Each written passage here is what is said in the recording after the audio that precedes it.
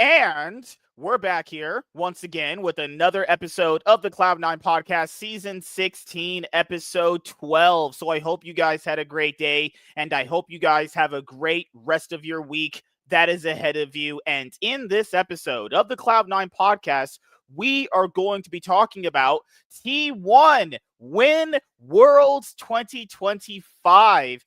And Faker gets his 6th Worlds title along with SKT T1, the organization in League of Legends that has had the most success more than any other org to compete in League of Legends. We'll also be talking about, did Doran deserve it? Well, we'll go over that more when we go over the series. And KT failed spectacularly, as we all kind of knew they were. And keep in mind, I did say on the previous Cloud9 podcast episode, we're going to probably see KT go up in the series 2-1, 2-0. And then wouldn't it be just kind of funny if they just kind of lost the momentum and just got, they would just lose in 5 games? Damn, mic drop. Out here, I'm a prediction god at this point. No, all jokes aside. And joining me here in this episode of the Cloud9 podcast, talk about LoL esports and NBA and anything else is Mr. Blanks. And also start us off, fuck T1, fuck BLG, fuck the Knicks, fuck the Giants, fuck 100 Thieves, L's. All L's. 100 Thieves got Valkyrie. That's a W over C9. The Knicks, the Giants, yeah, no, they fired Brian Dable, fired the whole defense. What happened to you guys? You're 2-7 right now? 2-8. We were up against the Chicago's, and our defense doesn't want to play defense. You did beat us. I'll give you that. You did beat. That was the 1 week. But none of these like big wins ever, like the momentum. It don't matter because our fucking defense can't stop anybody anymore. Russell Wilson is trying hard. Someone said, man, Russell Wilson was here to sabotage the Giants. I was like, no, that was Brian Dable. Russell was good for the first 3 weeks. Jackson Dart is a fucking idiot, like I told people. He's good, but he's like, why are you trying to run this? I wish you could say this. You guys have more titles recently than the Raiders will ever have. Yeah, that's true. If you're a Raiders fan still to this day, goddamn. In the Cowboys, we got 2 Super Bowls in the last 15 years. That motherfucker's scared. At least the Raiders made the Super Bowl in the last 20, 25 years. What? They made it back in 2002 and got smoked. Remember the Cowboys? They traded off that one guy, their best player, and then they just fucking collapsed. I was like, what? Yeah, they traded their best player to the 49ers, won 1 more Super Bowl, and hasn't been back close to the Super Bowl since. That plus they fired their best coach because Jerry Jones got an ego bigger than the fucking planet of Saturn. It's stupid. The Niners currently, they're actually, I forgot the record, but they are definitely like almost 6-7 wins. They 6-7. No, they got fucked. They got fucked today. The Rams just put their old cock in them. They bent them over twice this season. I like 49ers, but they need a new quarterback. Brock Purdy ain't here. 49er fans are just annoying. You know, they are, but they're decently annoying. You can talk to 49er fans. The most annoying fan base I can't stand. People keep saying it's right now. If you talk to Dolphins fans, those people are insane. Dolphins. Oh, we beat the Bills today. Y'all niggas is y'all still 4. That's your second win of the season. You just got to say about it was just one today. Just beat the Browns. Browns sorry ass team. Fire everybody. Dylan Gabriel sucks. They don't want to start. If I'm Shador saying that, I would refuse to play the rest of the season until Kevin Stefanski is fired. The minute Kevin Stefanski is fired is what I'm playing. Because Kevin Stefanski, I got to run with Dylan Gabriel.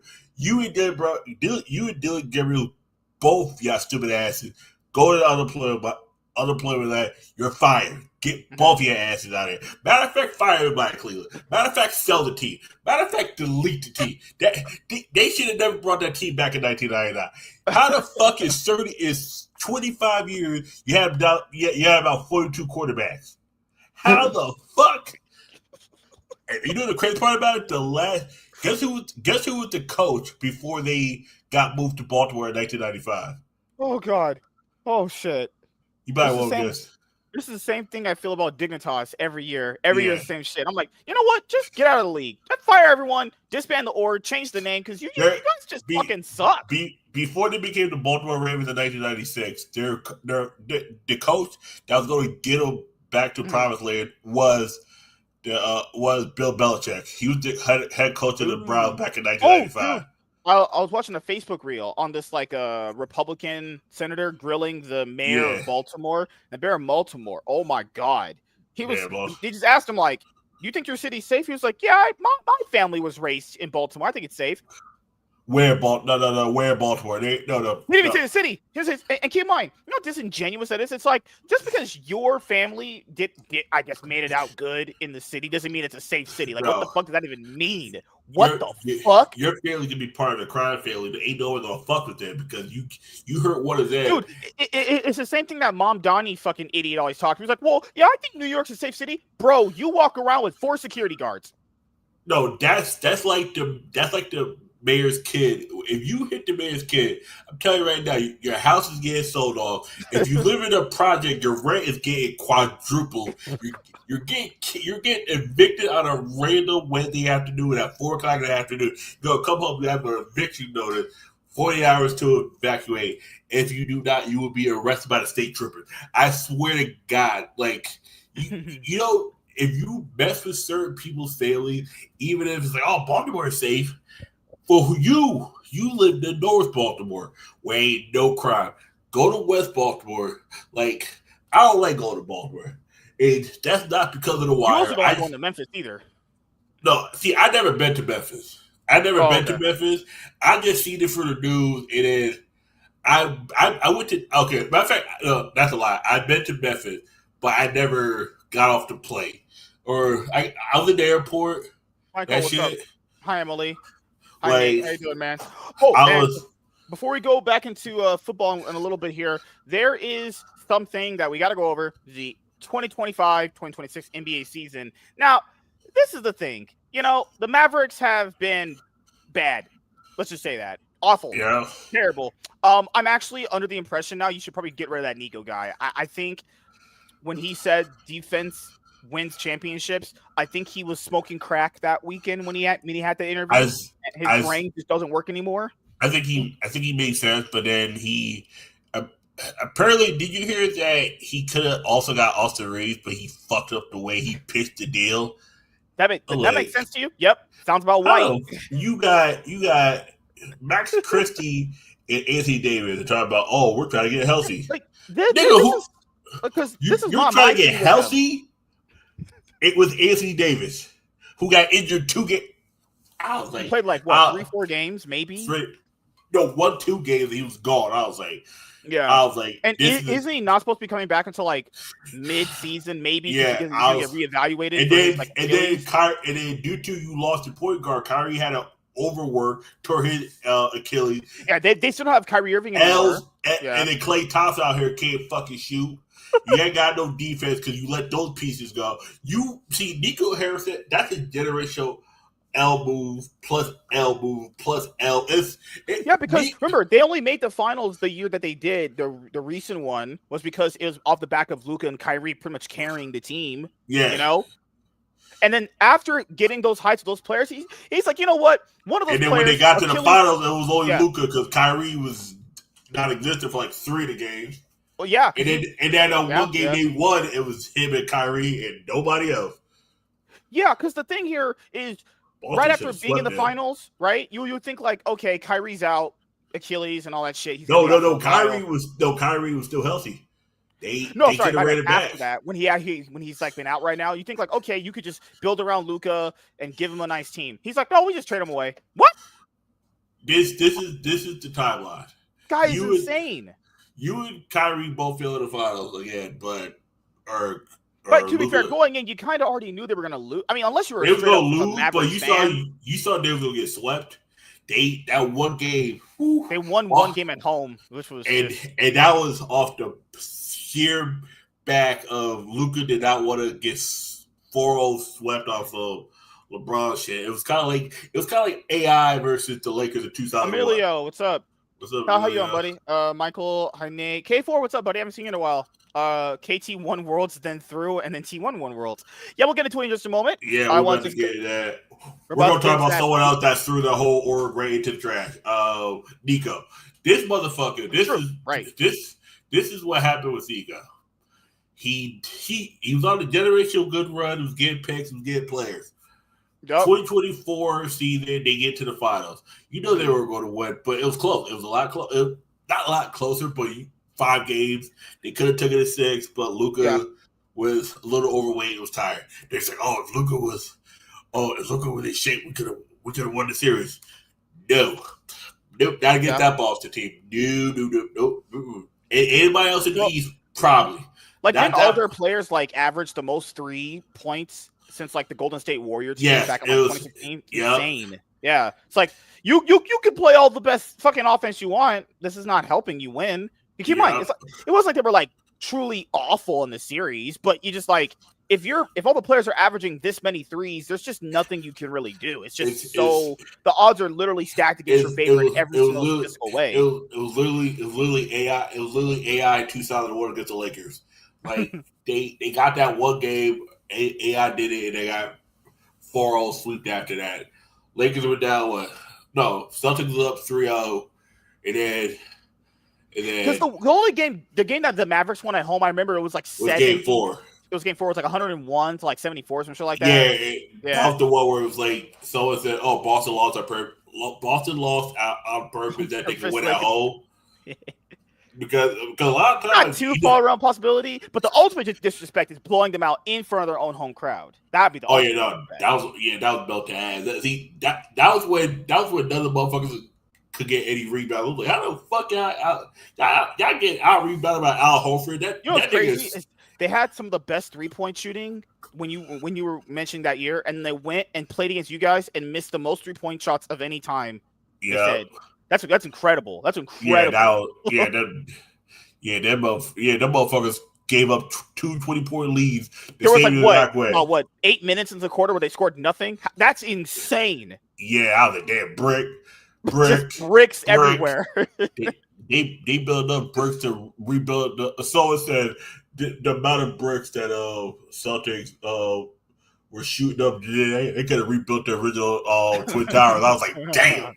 That's a shit ton of bricks. I just couldn't imagine a world where you literally just don't score. It's insane. They shot 101 threes in one game, and they only made like 36. I was like, it was like 29. It was some ridiculous number. It was some old bullshit. That was some old bullshit. The way they because I want to go because you talking about the Mavericks. So like right now. Because I'm gonna go over them with you right now. Because the thing is, I didn't even really agree with them when they got Klay Thompson, honestly. Because they got him at an odd time where it's like he was kind of on a downward trajectory, and they gave him like a 3-year contract. Wait a second, who did OKC lose to? What the fuck? They lost to someone. They lost. They lost to. No, they lost to. I keep forgetting they lost to. Who did they lose to? I forgot. What the fuck? Okay, let me see. I lost to the Trailblazers by 2 in Portland. Yes. Yes. Yeah. Okay. By 2. Everything else. They had the craziest start to the season, back-to-back, double overtime. What the fuck? KD threw that Houston game away. He threw that shit. He got fouled out the last part of the game. That was the thing too. Just like KT, he had it and then saw the crowd and just threw the ball right at him. Like, I don't want to win. I was like, okay. I just don't want to win. I don't want to win. Oh my God. So what's crazy about this Mavericks team right here? Okay, so Cooper Flag is their draft pick. He's not been bad. He's been fine, realistically. He's 18 years old. He needs a few more years experience, and I think he'll be a great player. See, this is why I wish they would go back to where players have to spend at least 3 years of college.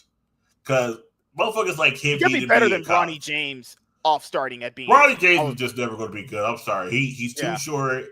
Bronny James didn't be in the league back in 2010. I think Cooper, he needs a few more years to grow, and I think he'll be a really great player. If Nico trades this guy, then you might as well just sell him. He's a small forward playing a point guard. He's not a point guard. Yeah. Because our who plays defense with them, dude?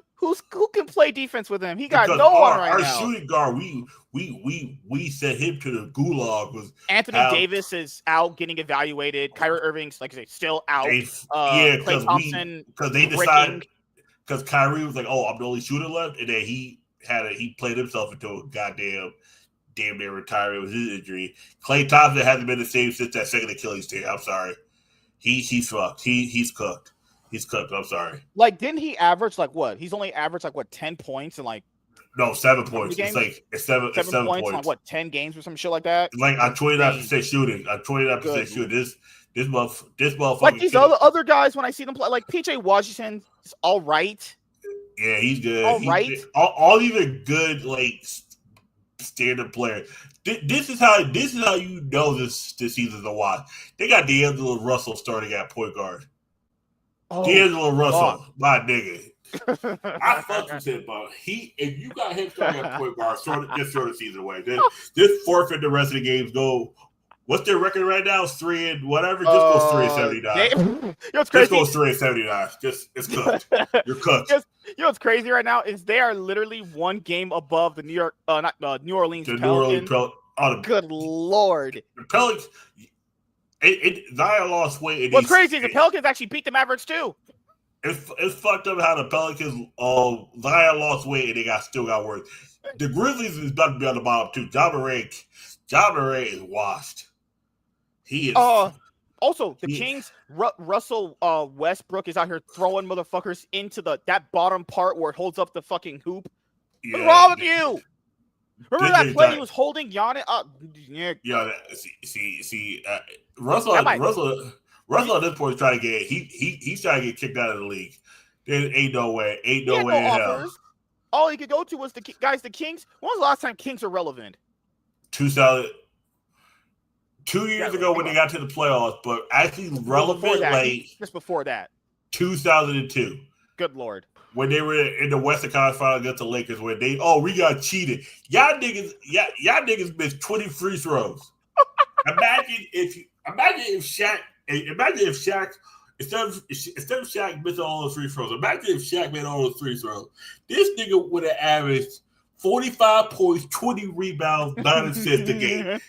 Y'all wouldn't have had no fucking chance if Shaq would have hit his free throw. And if y'all was going to the line too, y'all could hit. Y'all could shoot threes. I ain't never seen a team be that stacked. Mike Bibby out here could have hit his 3. Dude, the one team that I'm disappointed in is honestly the Clippers, man. Like looking at the players on the team, I knew the Clippers. I knew the Clippers was gonna be a 2-pack of ass. Like when you see them play, it's like this team could be a whole lot better. It could be a whole lot better. Kawhi out here he's a part-time player, taking checks from James Harden doesn't want to be the star of the team for some reason. He can be the star of the team. No, you know what it is? You know why? Because he doesn't need to start a team. He's going back to how it was in Houston. And guess what? How it ended in Houston? Else. Like, it's not his whole career?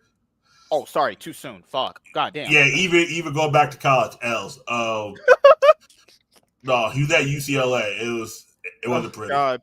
Like, I don't really believe the Clippers should really be this low. I don't think they should be, but no, they aren't this good. Okay, the Clippers are underachieving. Trailblazers are overachieving. How the fuck are these motherfuckers that good? The Warriors. What scares me about the Warriors is it's still the Steph and Jimmy show with Jonathan Kuminga in there part time. Draymond Green is washed. I'm sorry, he's fucking washed. The Warriors, if they're gonna win anything, it's gonna be on the back of Steph Curry, because it's so weird. I feel like they should have a way better record than they do, but it feels like it's just not coming together right now. But that's the thing with the Warriors is they had the same problem last season, and they kind of made a huge comeback later in the end of the season. Yep. You know. The Trailblazers, I don't know what's gotten into this fucking team. These motherfuckers should be where the Clippers are. And the Clippers should be where the Trailblazers. Yeah. The Timberwolves are the Timberwolves. They're going to take L's to teams that are like, oh, we should beat the Knicks, and you get belted ass by the Knicks. I'm gonna tell you why the Timberwolves lost to the Knicks. You gave up your best player, and then we gave you our best player, and Julius Randle cannot hit a fucking 3. We're like, oh, we're gonna let him open. Motherfucker just brick the hardest three I've ever seen him play. This is why we got rid of him. He played iso ball. Oh my! I'm actually passing the ball now, and then Anthony Edwards out here is the only one to shoot his threes. Rudy Gobert is a liability on the offense. That motherfucker got a two-step, and if that motherfucker gets rejected, bruh, liability on offense. He's good on defense, but Rudy is. I have never seen a bigger liability on offense in my whole life. I'm like, get him the fuck out of here. Mm-hmm. Rockets, they're the Rockets. They still gonna take L's because they trash. Fuck them. Fuck Ime Udoka. Fuck them. Lakers are Lakers. They're where they should be. Yeah. Also, like the Lakers, lost to the Hawks last night, and I was like, "What the fuck's going on here?" That's what happened. The Hawks have one of those games where they play up to competition. Don't beat the Lakers, they'll lose to the Hornets. I don't understand that. I don't understand that about the Hawks. See, do not take the Hawks' loss too hard. Were they at home or in Atlanta? I'm pretty sure it was at home. They lost by like 21 or some shit like that. It was an off night. You could just tell it was an off night, honestly. Like, I don't mind the team so far. I think this year we look a lot better than last year. I have more faith this year than last year. Like, it was in Atlanta. Like That's me. Okay, don't take that loss to that. That's one of those games where Atlanta's weird, and because you know what's crazy? It's like without LeBron, the team is currently like 7-3. Yeah. Without LeBron, it's 7-3. And the other, all I wanted was the other players to just step up. That's all I wanted. Do not take because like the Hawks so far have beat. Besides you, they beat the Magic twice. Pacers and Nets. They lost pretty bad strength of schedule, right? Yeah, and they lost twice to the Raptors. Do not take that loss to heart. And even with that, they're still 9th. Yeah, that's the East is all the East. Like as much as everyone's saying, oh, the West is kind of shit so far. The East will always be shit, pure shit. Pacers, that's 3 teams 1-9. Like God. Damn, we is garbage. You know what's worse? You know what's worse, dude? They're gonna have to play against each other at one point. And we're gonna have to watch that. Imagine watching that trash. Brooklyn got their only win against the Pacers. I was like, nigga, damn, else. Just imagine having season tickets and you decided to pull up on them. They have season tickets. They paid for an entire year, $500, bruh. No, Brooklyn Nets season tickets like 5,000. Not 500. It was 500. Bro, those ones are it was 500 back in 2012. Now it's like 5,000. Oh, because we're in New York. Nigga, what? You're in Brooklyn. No, it's always the whole thing. With New York, it's so stupid all the time. They're like, we have big market value just because we're New York. It's like, no. All right. Madison Square Garden got big market value. You're in Brooklyn with niggas. Like, Bobby Spurs said his friend murdered a nigga about a week ago and then went to Barclays after in assault. God. Like, you say I really want to go to Brooklyn? Man, the Mavericks lost to the Wizards. Just L. Just what are you doing? That's the only win they got. And I'm pretty sure. Also, I'm wrong. The Mavericks straight up lost. No, they beat the Wizards. My bad. Wizards' only win was. I think it was the Mavs. No, it was the Mavs. You're right. Right, I forgot they played twice so far. Yep. Fucking hell, this team is trash. They already played both games against each other. That was quick. because the East and West only played each other twice. Right. They already got the fuck out of the way, and yeah. Pacers might be the biggest disappointment. We made the finals. The only team the Pacers beat. Let's see. Yeah, Warriors put up the ass. Who the Pacers beat? The Pacers beat the Warriors. Oh yeah, that was that game where the Warriors they were up and then I don't know what the fuck happened in that series. Well, it's crazy because people are like, but how are they doing so bad when they got to Tyrese is out. You got 8 players. And Miles Turner went to Milwaukee. Your best center left. Your best clutch player is leg blew up. Yup. He can't walk for about a year. and everybody else on the team's injured. They got 8 injured players right now. This is the thing that I always tell people: when you have teams like that do well in the playoffs, when they get hot at the right moment, that people always say, you're only gonna. There's certain teams, because James always never understands when I tell him this ever. It's like sometimes that's only gonna happen in that specific time period. Will never happen again. Because keep in mind, before they beat you guys, that org had never been to a final since 2000. You know how old it was in 2000? I was 6 years old. And they could have won in 2004, but the brawl at in Detroit kind of fucked that up. This finals appearance, if you take away that finals appearance, they would be just about as bad as the Pistons. Guys, the Pistons haven't been to a fucking playoff, hasn't got a win in a playoff series since 2007. At least the Pistons have won a championship in the last 25 years. Yeah, they beat the Lakers. And then that was don't remind me of that. Oh no. And then that was right before the. Yeah, no, that whole series is weird. That was that Paul Gasol. What's up? What's No. right? No. This is when Kobe had the ring cage. Shaq was fat, and they brought over Carmelo's old. God, I still feel bad for that year where if people were like, "Oh, Kobe should have got MVP and Steve Nash got it instead." No, that was 06. That was some more bullshit. That was the year where Shaq like, "Oh, I should have gone over Steve Nash." Your ass only played like 25 minutes, motherfucker. Sit your fat ass down. You was in Miami with Dwayne Wade. Dwayne Wade should have got it over you, bitch. Dwayne Wade was blowing that motherfucker. We know that shit. Magic 4 and 6, Celtics 5 and 6. Guys, at one point, the Celtics were. I'm about to. Guys, the Celtics are straight up not good. At one point, they were the lowest team here. They were. I'm gonna tell you around. There's a good chance the Celtics might fuck around and make the play in because this confidence is so fucking bad. Bucks are only here because it's just Giannis. It's literally Giannis, nobody else. Doesn't matter. It's just Giannis and Miles Turner. The Sixers were 5-1 at one point. They were 5-1 at one point. What happened? L's. People thought. Yes. No. Jared McKay's injured. Tyrese Maxey, you realize, if you put 2 people on him, he doesn't want to pass. Joel Embiid is broken. Paul George is, hey, I'm on podcast. I'm still good. Shut your ass up and start playing some basketball, motherfucker. Paul George talking about, I like being on my podcast. Nigga, fucking pussies, dude. Just now I can see why Shaq criticizes people. Shaq didn't mean too mean on. No, these people are pussies. I mean, no, Shaq was the only person Shaq truly bullied was JaVale McGee.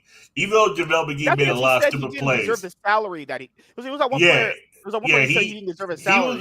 He was right, but it was the way he went at it. Where Shaq started to get personal. It was like, you don't need to go outside of basketball. We know JaVale McGee. We have some news on this. I don't know if this is a trusted source for basketball news, but apparently Basketball Forever had this tweet. It came out about 3 hours, about two-ish hours ago. It says the Mavs front office is expected to explore trade options for Klay Thompson before the deadline. This is real. This is real. It's not on ESPN because ESPN doesn't really do stuff like this. But this is.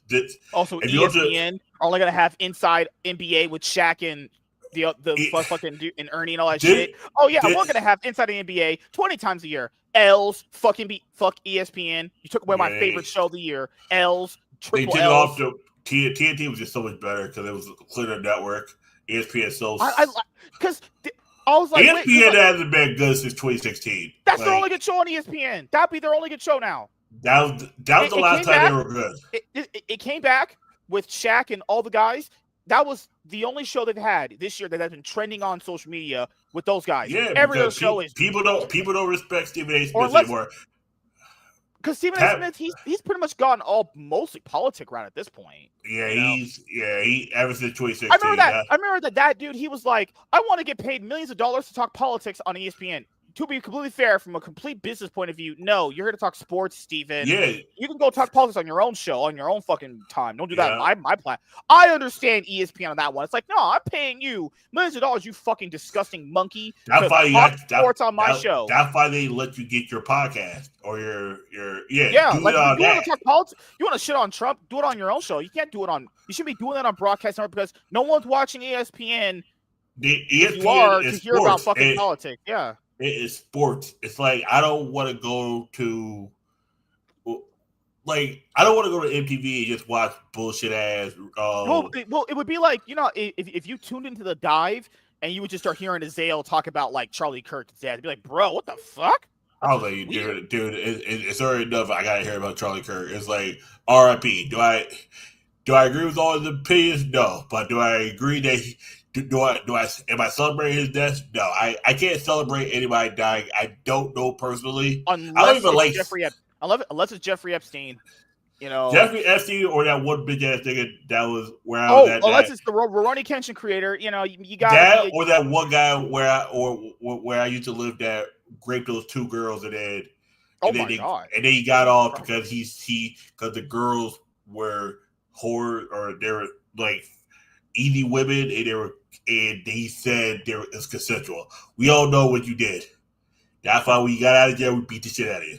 Like I'm just saying. Allegedly in Minecraft that happened. No, the last part. Yeah. Allegedly. Things seem to be going from bad to worse for the 4-time NBA champion. He left Golden State for Dallas with the promise of a starting role and to play with Luka Doncic. Oh, good Lord. He did. I forgot. He did. He did for one season and a half. No. Now he has. Yeah, he played for. No. He didn't go. He went to them after they went to the finals, right? Yeah, because he came last year. He played with Luka for half a season. Sure, from what I remember, it was like maybe 20 games max. But like it was like 20, 30. Yeah, it was like half the season. Yeah, you're right. Yeah, because Luka was gone right after February. Because when Luka got traded, there was only like 10 games left of regular season anyway. No, it was about 20-some games left because it was 10 days before All-Star break. I remember that. Oh yeah. They traded him like on a random Saturday night, like February 2nd. On some black market shit. I saw it was like a parody account. Luka got traded. I was like, what? Man, get the fuck out of here. It was just so odd. I was like, but then when ESPN said it, I was like, well, it was just so odd because for Anthony Davis and Max Christie and a second round pick, I was like, who did NBA franchise? Because that even the NBA franchise, you couldn't make that trade up. That trade wouldn't have gone through. I'm like, well, the crazy part about it is just like when you hear a trade like that, you genuinely think it's a parody because like what? Yeah. And then you really like a bunch of people were talking about it. Like, wait, this is real. Wait a minute. That means the Lakers just got a massive upgrade, and the Mavericks just at best, debatably, got a side grade. Like, no. Why would anyone make that trade though? They purely downgraded because Max Christie's not a bad player, but he's purely from the Anthony Davis Luka thing because the only way that trade could work in theory is if Anthony Davis could stay healthy and play all the games, but that never happens. Also, you're trading a guy that's pretty much going to be out of the league in about 5 years to a generational talent like Luka. It's like it just makes no sense at all. Now he has neither of those things.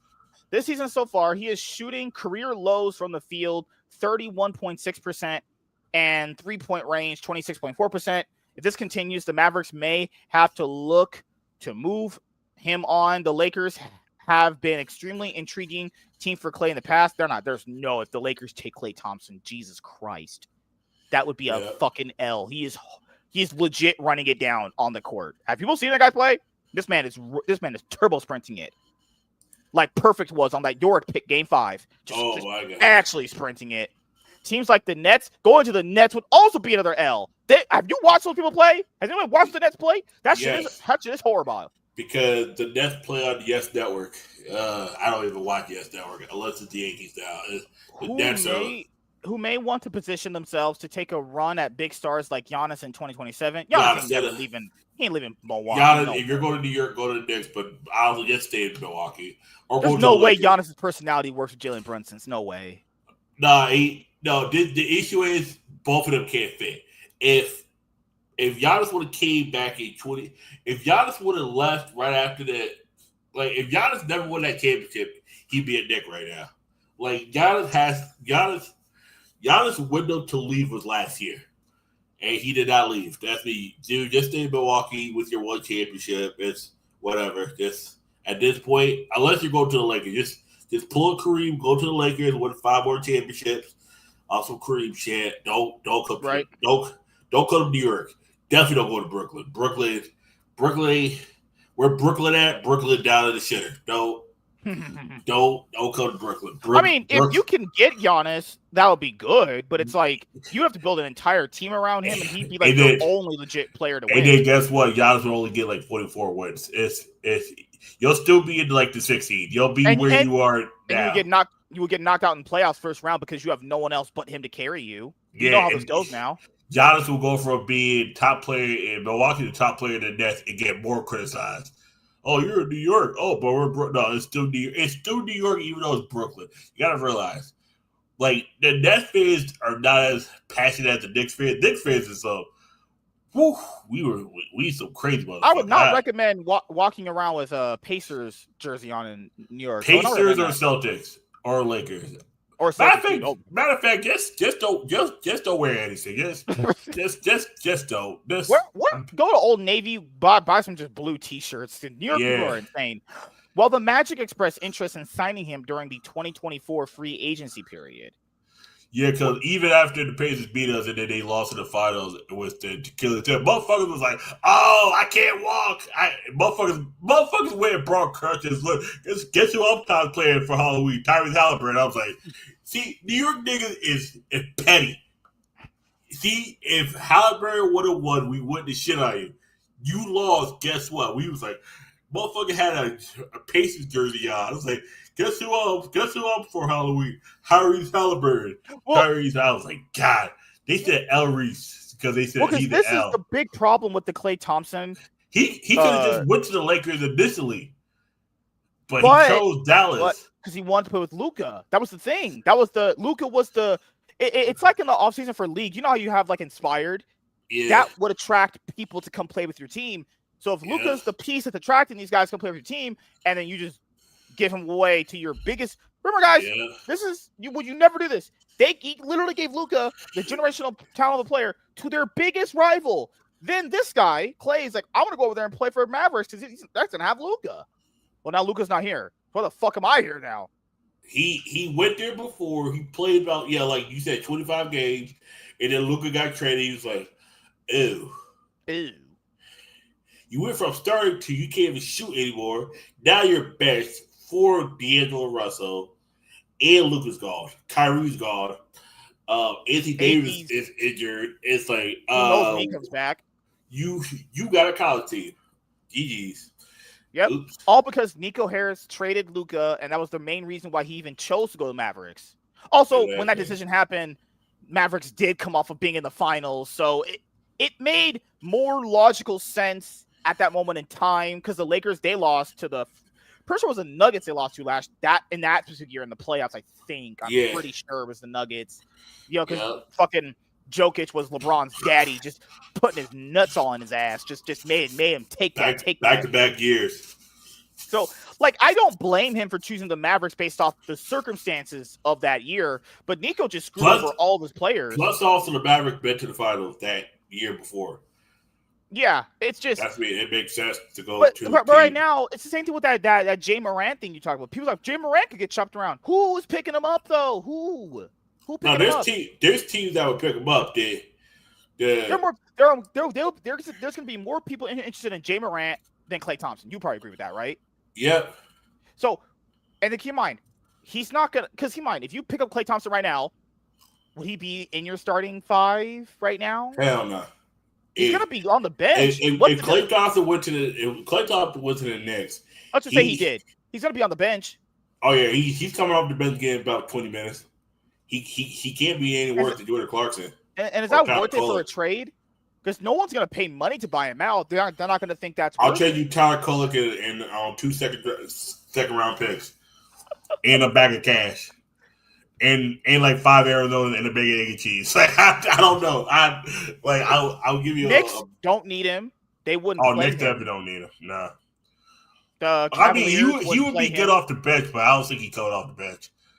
Plus, I think he might. He probably would work good with Jalen Brunson, but that would. No, he wouldn't even play with Jalen Brunson. He'd be in the second tier. He'd be with Mr. Robinson. He'd be the shooting guard. The issue is, if you take Klay for the Lakers.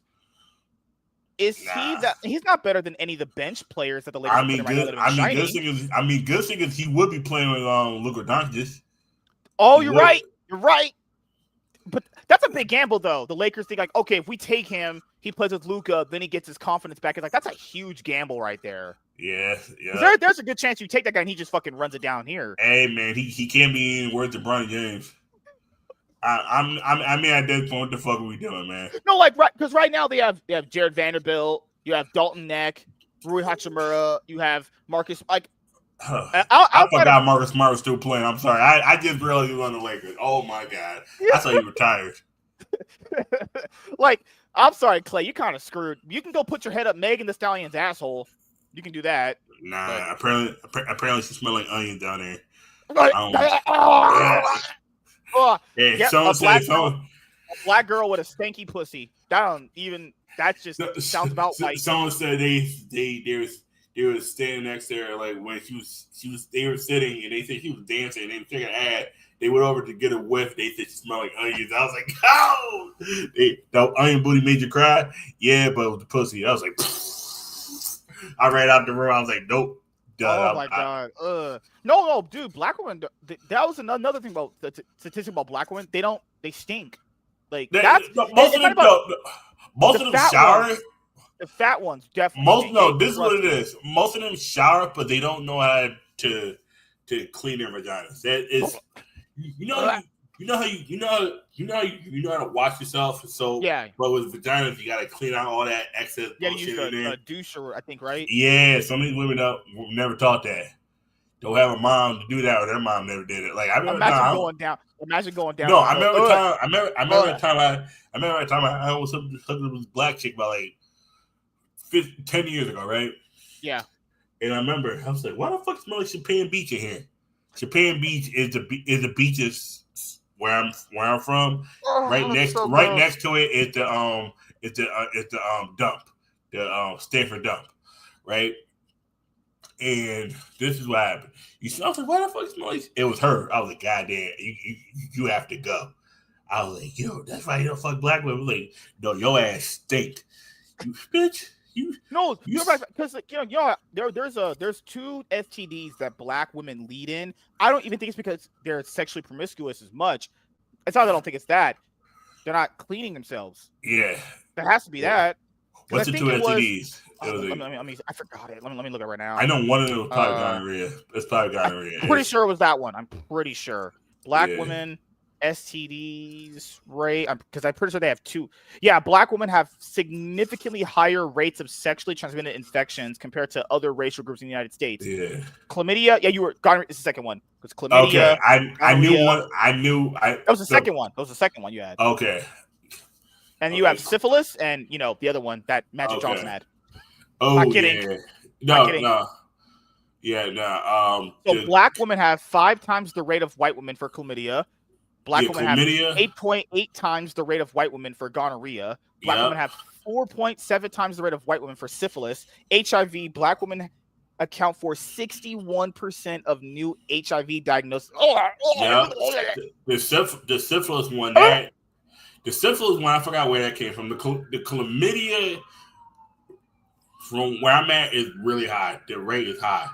The gonorrhea one, the reason I'm not surprised by that, because I can say, I remember I got tested for it. I was cleared on everything. I think the AIDS one could be because a lot of these black women be fucking all these wannabe rappers who bang a bunch of bitches and they're over here. Oh God, that's gross. Yeah. Oh God, it's disgusting. Oh, you could tell Megan Thee Stallion is disgusting. You could. She looks disgusting. Like I could tell you just from straight looking at her, she don't clean her fucking vagina. Ugh. Who the fuck would touch that? Imagine if you lick. Oh that's God, what I'm saying. That's why I remember this one dude. I ain't gonna say his name, but there's one dude, right? He ate this girl out, and then he got gonorrhea in his mouth. Because if you can. Yeah, he had gonorrhea in his mouth because his face was affected because she had gonorrhea and he went down on her. It was like, yes, the extra fishy taco, yeah, with extra tartar sauce. Can you be cured of that? What you just told me? You can't. You can. I think you can, but like I know once you get syphilis or chlamydia, you got that for life. You're kind of fucked. It goes into remission, I think. Gonorrhea, you probably can, but it's a lot of antibiotics. It's a lot of antibiotics. It's nasty. Use condoms during oral, vaginal, and anal Crazy intercourse. thing is, the only women I've really went down on were Hispanic women. I feel like they were the cleanest. They were the only I've older never women too. I feel like older women are more cleaner than younger women. I've never went down on a black girl, even a white girl. Good. One was mixed, but she was mixed. It was like her mom taught her well how to clean herself. I was like, why you don't go down on us black women? Y'all bitches be stinking. Yeah. One bitch smelled like a Black and Mild. I was like, what? Why you smell like a smokehouse? Why you smell like the train station? Like, bitch, why you smell like piss and cigarettes? Like, the fuck? They said if you treat it with the medicine, it can be it can clear in 1 to 2 weeks. Yeah, nah, that's 1 or 2 weeks where I'm like, I'm done. I'm good. That trust me, I'll leave. I wouldn't go to work. I'm not going to work like that. I'll leave a girl 1 or 2 weeks. I'm like, yeah, I'm good. I'm good with you. I'm good. I'm like, good. You and now and people want to wonder why dudes just don't be eating girls out because they're disgusting. Women are gross. Hell yeah, because when niggas said I be eating out the girl on the first date, see, that's why you got bumps around your face. Talking about, oh, I got razor bumps. Okay, yeah, nigga, razor bumps. It'd be actually crazy. You'd be better off eating her ass than eating the other place, probably. Yeah, that's the crazy part. Probably would be better. Yeah. LOL. Black and mild. Yeah, big fact. It's like some of these bitches out here smell like a switch. I was like, bitch, how you smell like a blunt wrap? Like, bitch, how your pussy smell like I will say, like, Lennon got up from the car seat and I sniffed it. I was like, okay, she wipes she wipes it clean. I could tell. Yeah, you wild. That's good. At least you white. Because some bitches I know can tell white. I would say Lennon and Carla, their family, they're very, very big on clean everything. Yeah. So Carla's clean. God, man. That's Spanish women though. Spanish women have said Spanish women are very big on being clean. Like I remember the Puerto girl I ate. That shit was good. The Colombian girl too, and then she wrapped her legs around. It was like. Yeah, keep in mind, black women are. I'm not even. We're not trying to be. Black women are literally known. It's not statistically. I mean, you could just even like MSK goes off statistics, but he's accurate. I've actually dated him, and I can tell you, it's black women today. It's damn right accurate. Here. So I came back from somewhere. I went to the liquor store to grab like a bag of chips or something like that. Black women were there. I was like, what the fuck is smelling out here? I walked back up the stairs because I wanted to grab something else. I was like, damn, it's smelling kind of funky. Yep. I'm just saying, like, black women are known for not having good hygiene. They're fucking musty and crusty as fuck. I mean, he's not wrong about that. And dude, it's not just that. It's mostly not the thinner ones; it's the bigger ones. Because most average black women are overweight, and that would contribute to having bad body odor. Because if you're more fat, you sweat more, and then all the same similar shit. I will say younger women typically smell more too because they just oh good lord, oh my god, man. Yeah. Fucking hell. Yeah, no. That's what you guys come to a podcast for, learning about women's hygiene from two black dudes. No, I'm just saying, someone who dated black women, fat women, that's the issue. That's because it's like with fat dudes, like it's hard to clean certain areas. I was curious. No, to me, Latinas are the cleanest. It goes Latina, and then it's tied between white and black women. To me, Asian women are either the cleanest or the dirtiest. There's no in between for Asian women. Because there's girls out there that'll be like, man, if you don't eat pussy, then you could just leave. Yeah, but you have to also smell like. Yeah, but you gotta also smell like not a fish taco. I'm not gonna lie. This one girl who I was like going after for weeks. Finally got her. We hugged it up. We were about to hug up. She was like, "Oh, you don't want to go down on me?" And I was like, "I didn't even." The minute she took off the painting, I was like, the wretches of. I was like, "What the fuck is that?" I said, "Who?" I was like, "Yo, what the fuck is that smell?" And I was like, "Oh no!" Oh, and then she said, "Oh, it's my. I just finished my time in a month." I was like, "Nah, you bitch, you was trying to nope." Walked out there. She She didn't even really clean herself up. I was like, still had to pad. I was like, I'm good.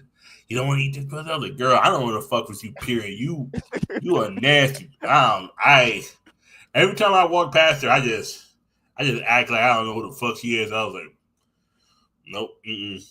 I'm Ray Charles to the bullshit. Like I don't know you. Orange said, I went on a Tinder date years ago where this bitch smelled like extra. It smelled like extra. Oh, yeah, that's gross, dude. The girl who I was fucking with. She smelled like New York City.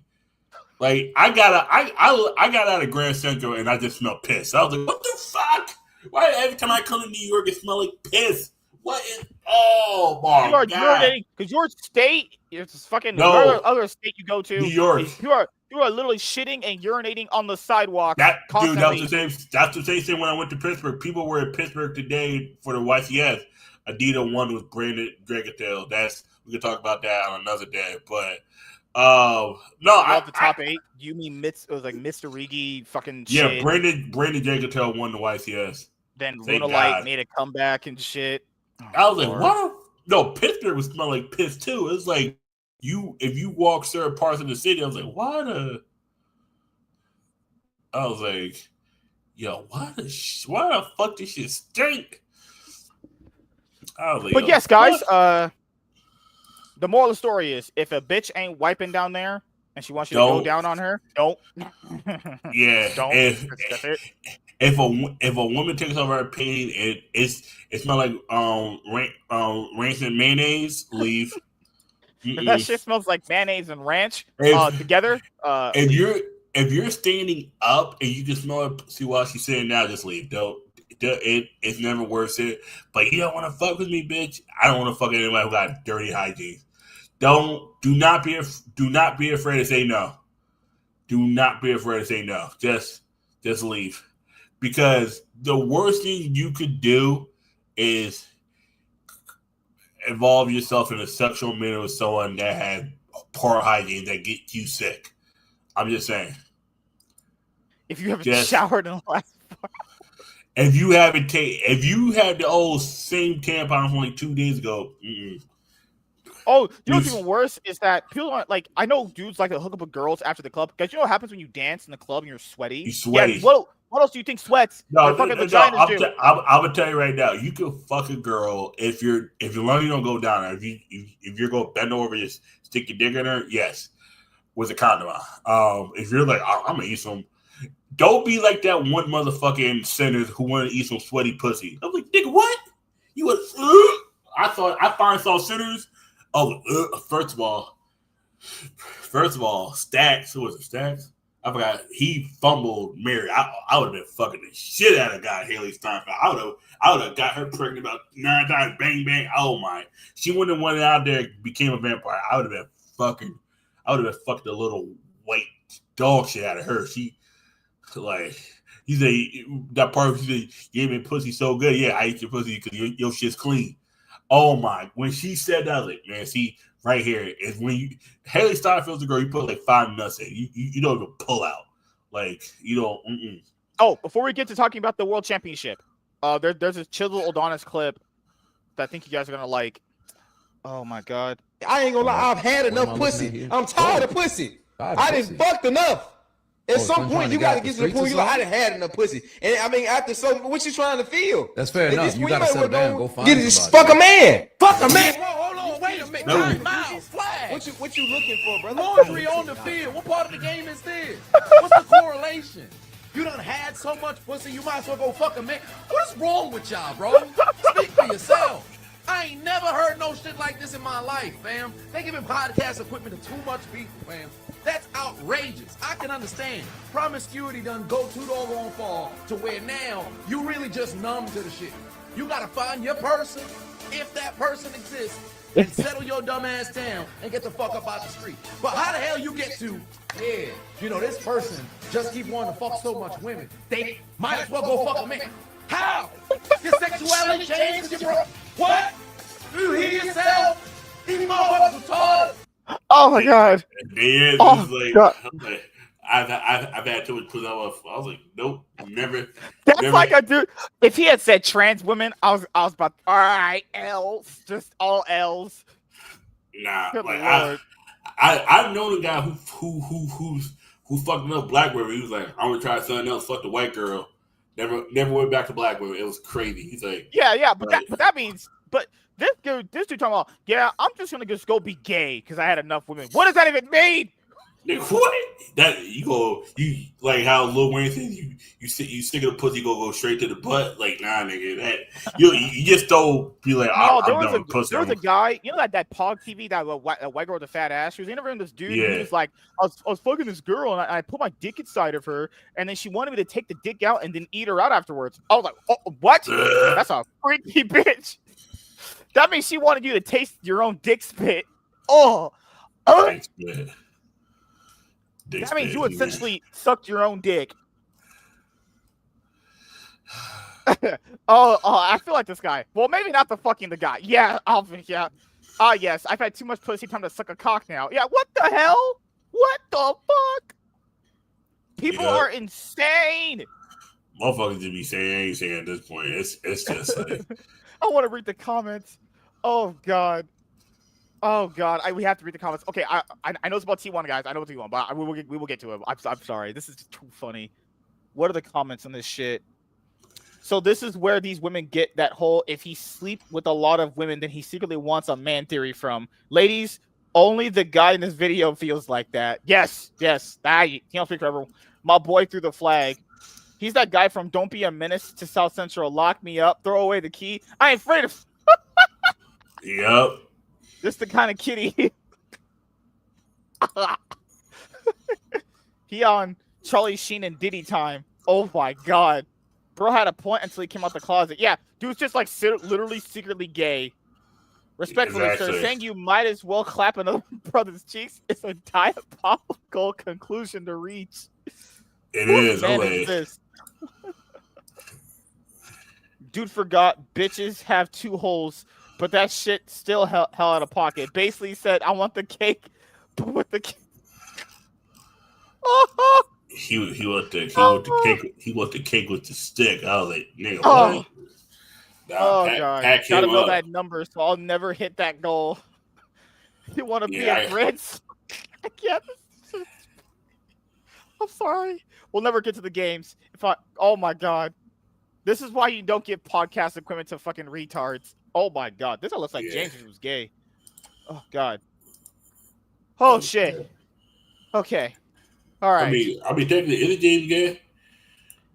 He said he has sex with women. I was like, black women. That's me. He probably like. Does James like onions? I don't. Stop. Oh shit! I mean, he said he has sex with women, and he lasted like 2 seconds. But I was like, "Hey, dude, video or it didn't happen." So I gotta be able to judge your strokes. So if I can't judge your strokes, video or if it did happen is crazy work. Oh shit! Okay, yo, you paused that to crazy time with BD's mouth open like that, bro. I thought I was like, God damn, that's just the most awkward time to pause. It's like, oh god, oh shit, oh my goodness. Okay, I'm thirsty. I probably should go get a drink soon. So it said, what if an LPLT would have got to the finals? T1 or KT would win, or KT would win. Yeah, I don't think that changes anything. Or like what if CFO would have got to the finals? T1 probably 3-0 them. CFO got found out. Oh, just keep being Scion. All right, cool. They can't do nothing. All right, guys. So T1 win Worlds 2025. Them as an organization get their 6th Worlds title. Faker gets his 6th World title. Guma UC is the first ever ADC to go back to black. Owner, first ever back to back jungle. Carrier, first ever back to back. Support. Doran gets his first World title. Wins. Woo! Who saw it in the year 2025? We picked up Doran. We was like, we don't need. What's crazy is they didn't even want him. They panic signed him. You know the crazy part about it? There was a meme where they had Darius on the face of Woody said, "I don't need you anymore," and then it just doesn't. And Andy's holding Doran while he's throwing away Darius. Ain't that a bitch? Yo, that be they. Imagine in a world where you replace Darius with Doran and you still win. At this point, and what did we say? What did we say when this happened? Remember, we said if Faker helps Doran, wins the world championship, then you must be the GOAT. I'm not gonna lie, you must be the GOAT if you have to deal with the bullshit Doran is. I'm gonna show you guys what he did, and you still win in spite of that. I'm not gonna lie, Faker, you can just have the GOAT status. I had to say by my word. I said if he can get Doran a world championship, he is forever the GOAT in my opinion. Yeah. You know. Guys, I need to show you the shit that Doran did in Game 5 that'll make your brains explode. Doran was trying to sort this goddamn series, but it didn't matter. KT was too far behind. But he had two good games here. This one, he shined in it, not in laning phase. He was trying to throw this game too. Remember he TP'd to a turret where four of them were on it, and he just killed himself? I was like, yeah, that was bad. Please stop, Doran, stop. He knew the turret was going down, and he willingly TP'd to it. It's like, guys, I can save this. No, you can't. But you gotta realize Vegas would have ended other ways too. That's the crazy part. It didn't matter. It didn't matter which top lane it had. T1 top lane just it. It's like what's crazy? It's that like if you had Perfect on their team, if Keen had, because they wanted Keen too. If Keen had been with T1, I'm not gonna lie. If they had Keen, this would have been a 3-0 stomp. It would have really been close, honestly. No. If they had Keen, it's 3-0. And then, no, if T1 would have got Keen like they wanted, T1 would have won everything this year. I know. I truly believe. Also, we need to keep record. Remember how last time we did the show, we kept the record of the LPL series wins against the LCK this year, which was literally just anyone's legend. They only had like 3 or some shit like that. And they only beat T1 at EWC. Utterly insane. That was it. Utterly insane.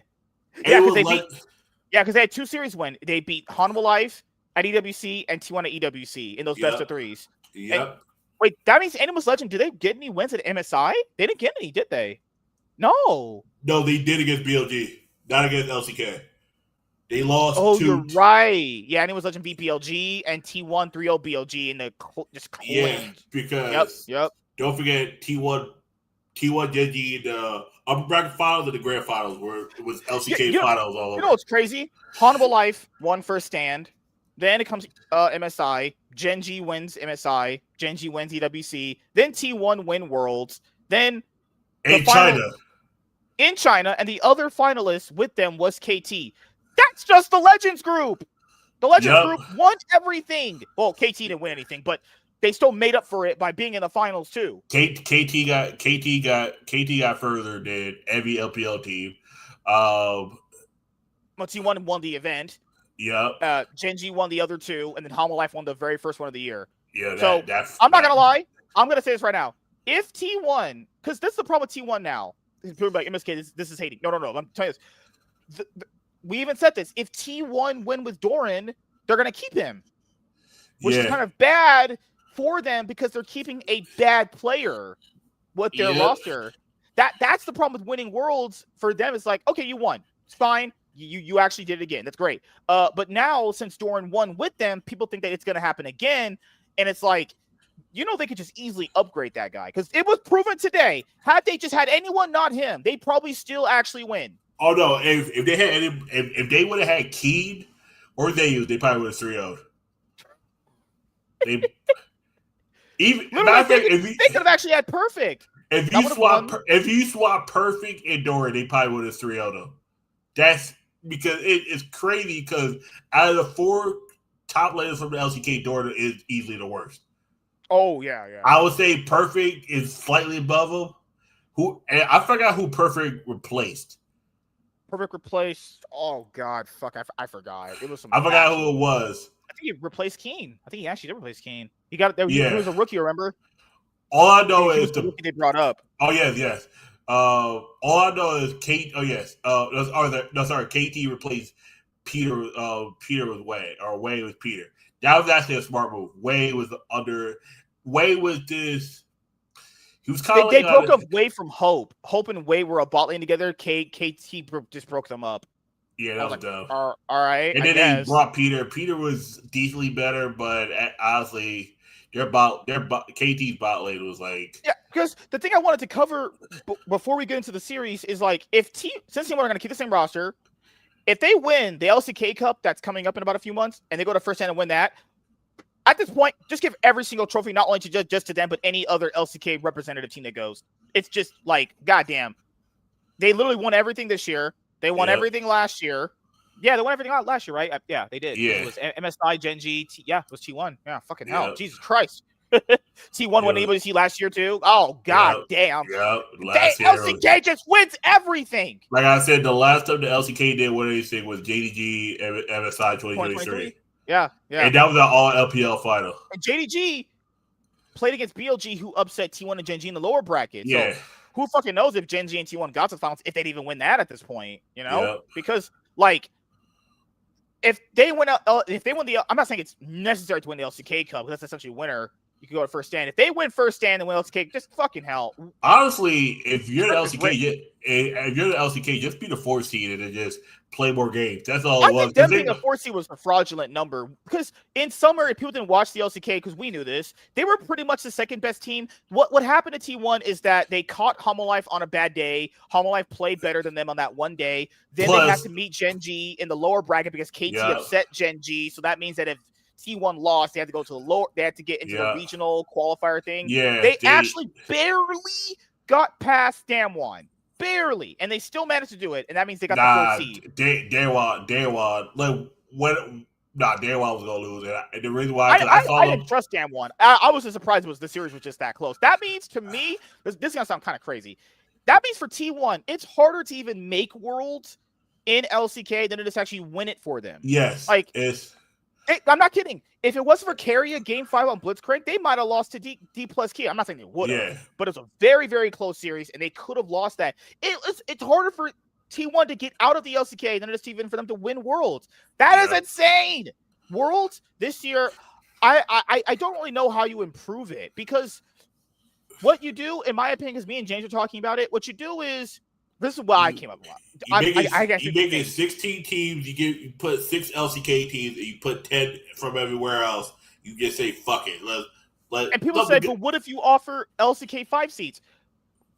What happened to the Asia games? Remember how they had that tournament where basically, hey, if you didn't that tournament, and you guys know why I don't like tournaments like that. It's basically like these teams are not going to be together.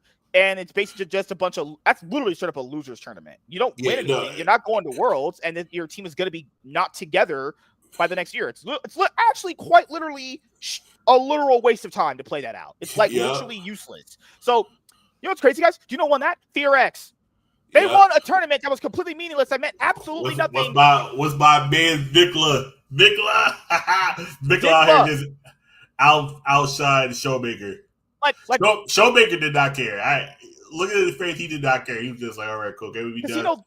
He knows that team ain't gonna be together. FearX won a tournament that didn't matter in the slightest. It literally is one of the most useless concepts for a tournament in League that people don't understand. Exactly. People are already depressed from not making Worlds in those final series. Do you think I'd rather sit next to a motherfucker in a useless tournament where we don't get to go to Worlds anyway, but hey, you can play up against other shitty teams just as bad as you? I'd rather not do that. I'd rather just go next year. This tournament means nothing, and we're not going to be together, so why am I wasting time stressing myself out or something that literally just doesn't matter? It literally means nothing playing those tournaments. And you know what happened, guys? LCK won that one too. LCK, FearX, a completely... I wouldn't call them a good team at all. They're a borderline. They're borderline something. Not good. Borderline. The LCK, they're better than 90% of the LCS. And they won that too. You know what the finals? The finals. It was an LCK finals in that tournament too. A tournament didn't matter at all. Yep. DK versus fucking FearX, and somehow DK lost it because their ADC's a pedophile PDF file. You know. Oh God. So, this game boils down to quite a bit of things. Okay, so KT, if they win this game, it could have just been a 3-0 because they won the next 2 games. Yeah. And people had said if they had won this game, they would have got 3-0 because of how the next 2 games went. That's true. But this is why I think owners should have. I think it goes differently. I hate saying that because they still lost game 2. They lost game 3. But my thing is they might have drafted differently. I don't know. Yeah, it's like the same thing when people say, "Oh, T1 could have won 4th straight." If they win in 2022, we don't know if the same team is here in 2023 and 2024. We would suspect 2023 they're here. We don't know if they instead of leaving 2024 instead of 2025. We don't know. That's the whole thing. Like when people like said, we don't know if KT was game 1, they 3-0 T1. We like because this game specifically, it all came down. This is why I said Owner should be the finals MVP. Had they don't win this game because of what Owner does, and I'll show you. I don't know how the series plays out. Could have been a KT 3-1, could have been a KT 3-0, because this moment right here happens. It happens at the Dragon Pit right here. It's a very, very pivotal moment right here. So the game plays out where KT have an early game lead. It's 5-1. Goal leads in their favor. This is the problem with KT. People need to understand that the reason why people are shocked at how badly they never converted their leads is because this is them the whole year. Yeah. This is what's crazy is, guys, if you could say, what's the value of domestic play? How would you know how good or bad KT was if you didn't watch them play? Because Worlds does this bad thing on people's perception of teams where people think that a team is either worse or better than what you're actually being shown of what they offer. KTs did this all year. The reason why they're bad is because they get leads in other places and fail to actually convert anything. That's their biggest problem. T1's biggest issue is kind of having sloppier early games, but then being very good skirmishing team fighting, a very good skirmishing team fighting team. So here is when the game breaks open. So this is the reason why Owner should get finals MVP. Just look at what Owner does. Owner, right here, is going to come back in on Jin Zhao, very, very low health. Then he is going to zone out 3 people later on right here. So, okay, right here. It's this part. So Doran is on the flank, okay? And this is good. This is good. This is actually good by Doran. So Doran actually was pretty awful laning phase this game, but when it came to team fighting, he played very, very well. From this moment on, he played completely fine. And he was also on Mbessa, which is like, I don't know why you'd give him that, but, reasons, obviously. Redemption comes down. Perfect throws his Rumble equalizer, right? Which makes sense. So Carry is automatically he has to pretty much leave, or he can stay in. He can pretty much just do his EQ. Look at what Owner does. Just Owner saves the entire game. Yeah. I would have given him finals MVP just off of that. Owner, but I'm gonna tell you later why I think Gooey usually got it. Because Gooey was behind almost every single game except for the last 2. And that's what happens a lot of times. It's the same thing. He wasn't getting outlaned by Duck Dom. He wasn't getting outlaned. It's the same thing with like certain NBA Finals MVPs. It's like, oh, who played better in the last game? Like who won Finals MVP for the Dodgers? It's someone who probably performed either throughout the whole playoffs, or someone who clutched up in that last game. Because that's what happens a lot of times. It's usually whoever performed in that last game usually gets it. It's always, oh, this guy was great. Like Super Bowls don't count because that's only one game, and that goes to whoever they feel like it. But you look at this, you're like, oh shit, Owner just clutched up, and then boom. Because think about it, KT just kept taking all the picks that Glooba wanted. Like, oh damn, they took his ass, they took his. So right here, just look at what Owner does. So Owner gets himself into a position where KT get all knocked back by his Xin Zhao ult. And what's crazy is this guy gets to have Xin Zhao when he single-handedly carried T1 in that IG series on a Xin Zhao pick. Last year against BLG in the final game, he carries them 1v3ing people. It's probably a safe idea not to give this guy Xin Zhao at all because you are probably going to lose. What's crazy is KT respect bans Bard from carry because if you let him get that, then you get booty. You're actually getting booty raped, actually. Right here, knocks away 4 people. Then they waste all their shit on him because KT is just a bad team like that sometimes. Yeah. And then Doran just comes in here and just does his Shaniqua stuff. At this point, the game's over for KT. They lose their confidence. Yeah. They lost their lead. And then and that, to me, is what saves the series. If Owner doesn't do that, I don't know how the series plays out. I don't know if T1 win it. I don't know if KT go 3-1. But that moment right there was so pivotal because KT were scaling up, playing and having very good momentum up until that moment, and then right there, Owner just completely just outplays all of them, which is crazy because Cuz had a great series himself too. Puts out a fantastic series, honestly. KT had the better draft than one thing that they let then down in Mexico. So I was like, oh, okay, yeah, you're kind of cooked. Yeah, what's crazy about this draft specifically is I don't think KT's is actually bad. Like, maybe you could substitute Rise for someone else, but other than that, I think the draft is fine. They took away Ash from Google UC. That was the biggest thing. It was like, all right, cool. All right. Yeah, because the first part of the game, so they ended up with this. I mean, this is fine based off just the game, because it's just a game one. It's just how to feel them out. This is a very, very weird game one, because losing this could have been, like I said before, it could be a lot different on how the series plays out, honestly. KT could have 3-0 probably, or T1, like... If T1 actually stomped them this game, T1 could have just ran through them. Yeah. So, what ends up happening in game 2, I knew they lost game 2. When I was talking to you last night, they draft T1 this is just the Ellis draft ever. This is just so shit. Look at this. Just from draft point of view, they can't win. Also, the only reason why I thought they even could win is because we've seen game 2s like these from G2 and BDS, remember in 2024, where game 1's really close. Okay, it kind of could have went their way. Game 2's also kind of close, but they pulled it out. Game 3's just a stomp. I thought this game was going to be, okay, he's on Sivir, and then they'll not be able to get him in the back line, and then he'll just clean up team fights, and they'll just win game 2, and then game 3 just be one of I knew they lost once they got Mel. I was like, oh, fuck. Yeah, I actually knew they lost this draft because, guys, they last picked Sivir Lulu into Mel and Nico. That's just an L. They got no, but the thing is, I knew Faker on Silas this game was. I knew T1 was trying to prick Nico, but it got counter pricked by it. I was like, yeah, because I think because BDS won the coin toss, so they got to be on blue side, so they get the first pick all the best shit. So like KT, because KT first picked Nico. And then Agvi, and then T1 responded with Sion. I was like, okay. Also, Jarvan, too. Jarvan was, winless throughout the entire tournament? Yeah. He got, once. The minute I saw Nico, I was like, okay, Faker's going with Silas. So someone's got to go suddenly copy Nico's ult. Yeah. Because the minute I saw them go Nico, I was like, all right, cool, that's what you do. And then I didn't mind the Silas pick. I think it makes sense. But the problem here is Mel gets picked, and... Well, Mel just kind of neutralizes Silas in every single way possible. Yeah, I knew at that point, I was like, all right, cool. This draft is just completely awful. Like, this is so unplayable. There's nothing. Yeah, no, the issue is KT just counterpicked everything.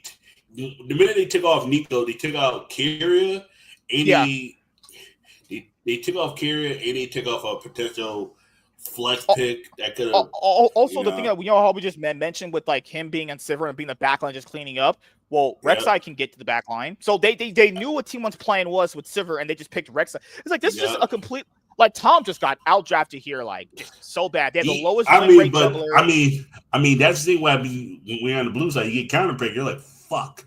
That fight, like... Blue side is way, way more better than happened. Like, if they just was a T1, say this was, like, G2 or something, KT just... all the ones this because it's like fuck. Like they had to go with some sub picks because they banned out Bard, they took out Galio, they took out All-Star. Like KT was picking everything that T1's like are top picks on. You're like, all right, cool. That's mean if T1 wins, they can't pick Nico as a skin. They can't pick certain champion as skin. They like that's mean you can't get Ash skin. Like Guma usually won that Ash skin, can't get that now. You can't get a Nico skin. It's like, all right, cool. I have to go with Poppy then. It's like, fuck. You're looking at the champion they picked game 1. You're like, also, Faker brought out the Mel. Like, Mel is the perfect champion for Faker these days because it allows him to just be very stationary, just stun, reflect ults, and that's it. Like, his Silas is very bad this game. But the problem here is this whole draft is bad. They have the lowest win rate jungler. Sivir and Lulu are absolutely no damage. And no damage if you can't get to the back line. Silas is worthless against Mel because she gets to reflect all his shit. EDD on Mel was like, but you can let Faker have it. That's why you put on BD. BD is like, all right. Have you seen BD on Mel? Early this year? I don't think so. No, he did. Yeah, not much. Mel might have been one of the picks where there was like. I think it's because they saw Faker pick it, and they were probably thinking, okay, maybe we did kind of not understand how she really works. Yeah. Because Cass pulled out a Nivea.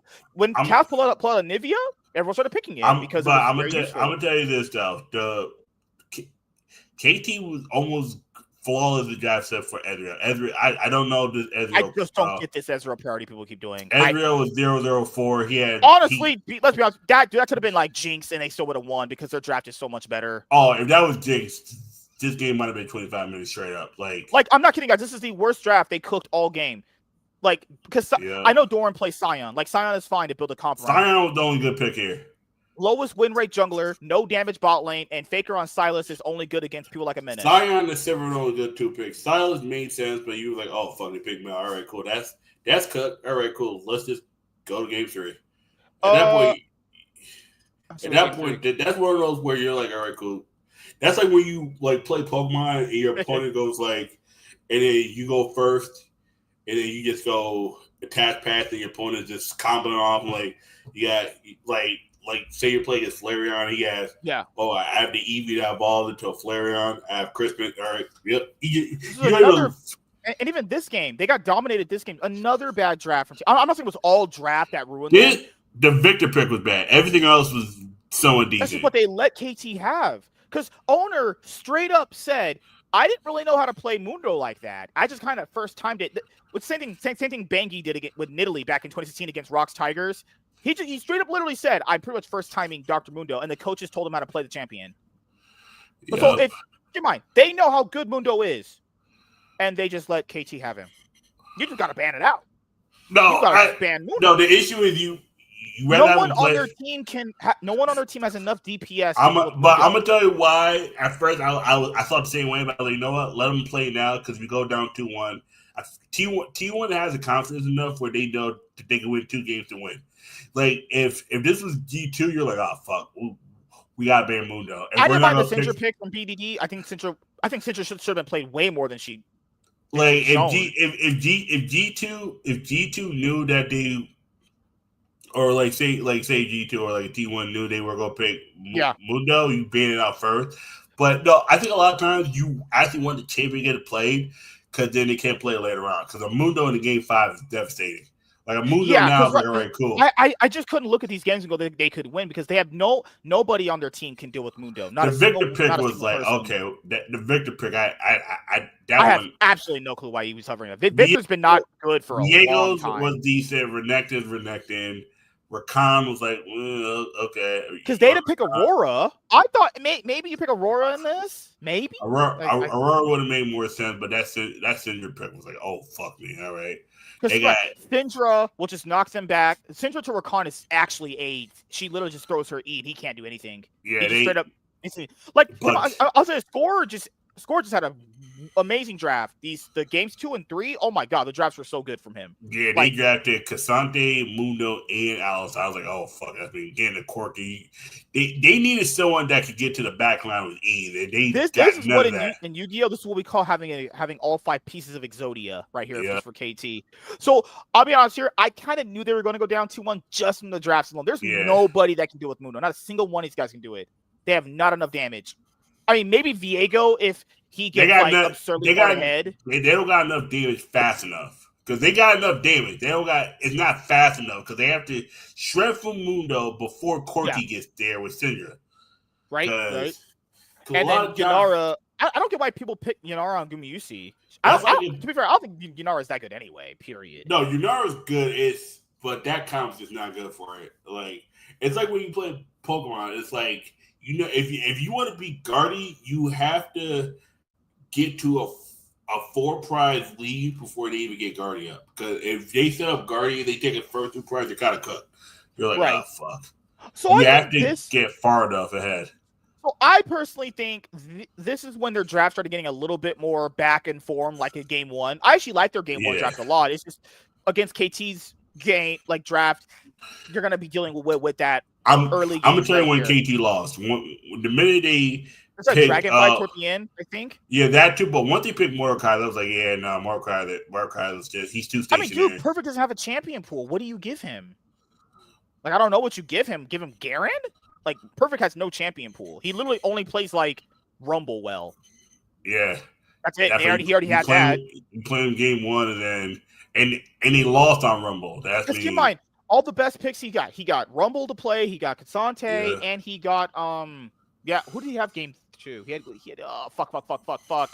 He He had shit. I forgot who he had game 2. He had someone. He got all the best champions to play. Right? What the fuck did he have game 2? We just looked at it. God damn it. Yeah. What the fuck did he have? Because Perfect had game. I was gonna say just tab out, just put it in the second tab. No, that's TS. I'll tell you game 2. No, that's TS. You have to go all the way back up. Oh my god. Yeah, sorry. We said game 2? Yes, game 2. Yeah, Who the fuck did Perfect play? Perfect played Rek'Sai. Oh, he played Rek'Sai top. Yeah. Jeez, yeah, see. He already got the best champions to play, honestly. He wasn't even really good on Rek'Sai.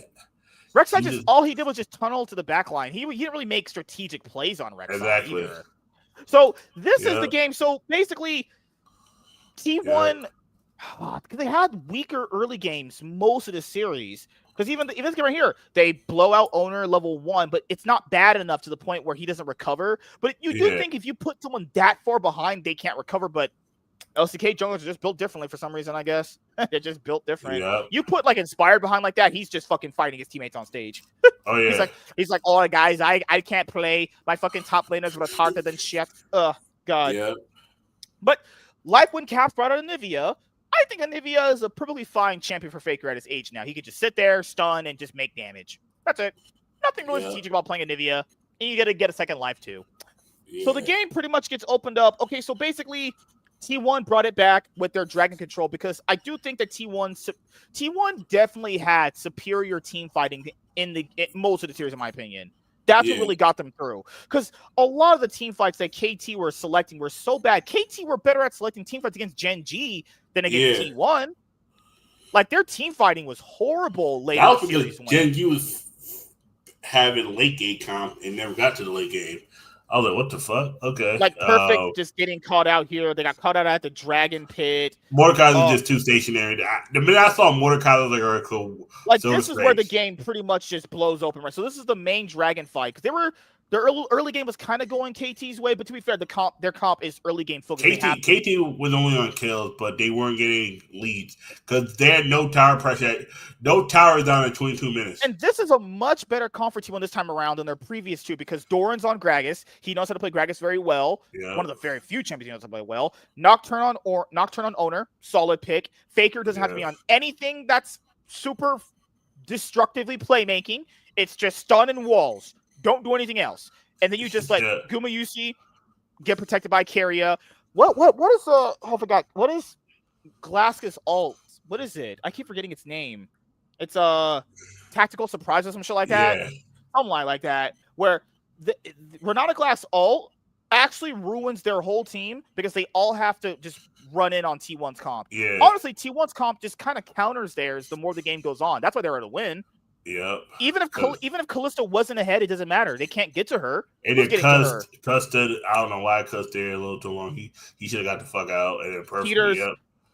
I don't know why they put Caitlyn Tahm Kench. If you're going to pair him with Caitlyn, that needs to be Karma, needs to be Rel, needs to be Zyra. Don't know why you put Tahm Kench there. That was just the worst support pick you could possibly pick, especially in the Renata. No, Tahm Kench wasn't bad. It was into the Renata Glass. If she handshakes, he's not going to do anything. If he goes down, what's the thing he goes down? If you neutralize Karma to the point where if Karma falls down 2 levels behind, support, and Karma has to be about around level 11 in order to be like where Peter was at level 11 at 28 minutes. Nah, they would have been cooked.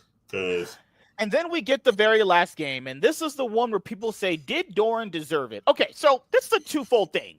Because it's not like, okay, so based on the champion that he gets, right? So we got to start it all the way in draft. Hold up. Wait a minute. This draft from KT is actually even worse than the drafts that T1 had in their losses. They first picked Ziggs and Yorick. Yeah. L's. Just L's. Just fucking L's. What?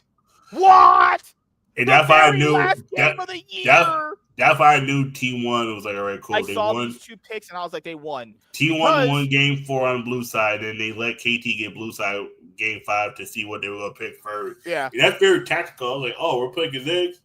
Gooba, are you all right? Gooba's like, I got this. Remember that Ziggs, Yorick, first pick. Pantheon will easily be able to deal with Yorick. especially when it comes to team fighting. Galio neutralizes that entire team, i.e. barring Sejuani. Camille can get into the backline because there's essentially 2 immobile mages there. You can just tactical sweep. I get the Camille pick. It makes perfect sense. Yeah. Camille picking Camille into York was a nice counter pick from T1 side. Yeah. Once I saw the Misfortune, I was like, T1 just got Exodia. This is just Misfortune is gonna absolutely grape this whole team. If he literally just doesn't die when he didn't die at all, pretty much the entire game, like once, game's over. There's just no way they can win. And they're like, oh, we're just gonna put all the eggs in BDD's basket. Not a bad decision, given how it's gotten this far. But so I was theorizing, why did you pick Smolder? Is there no other mages you can give BDD at this point? Who would you only other mages you have is you have that's the problem.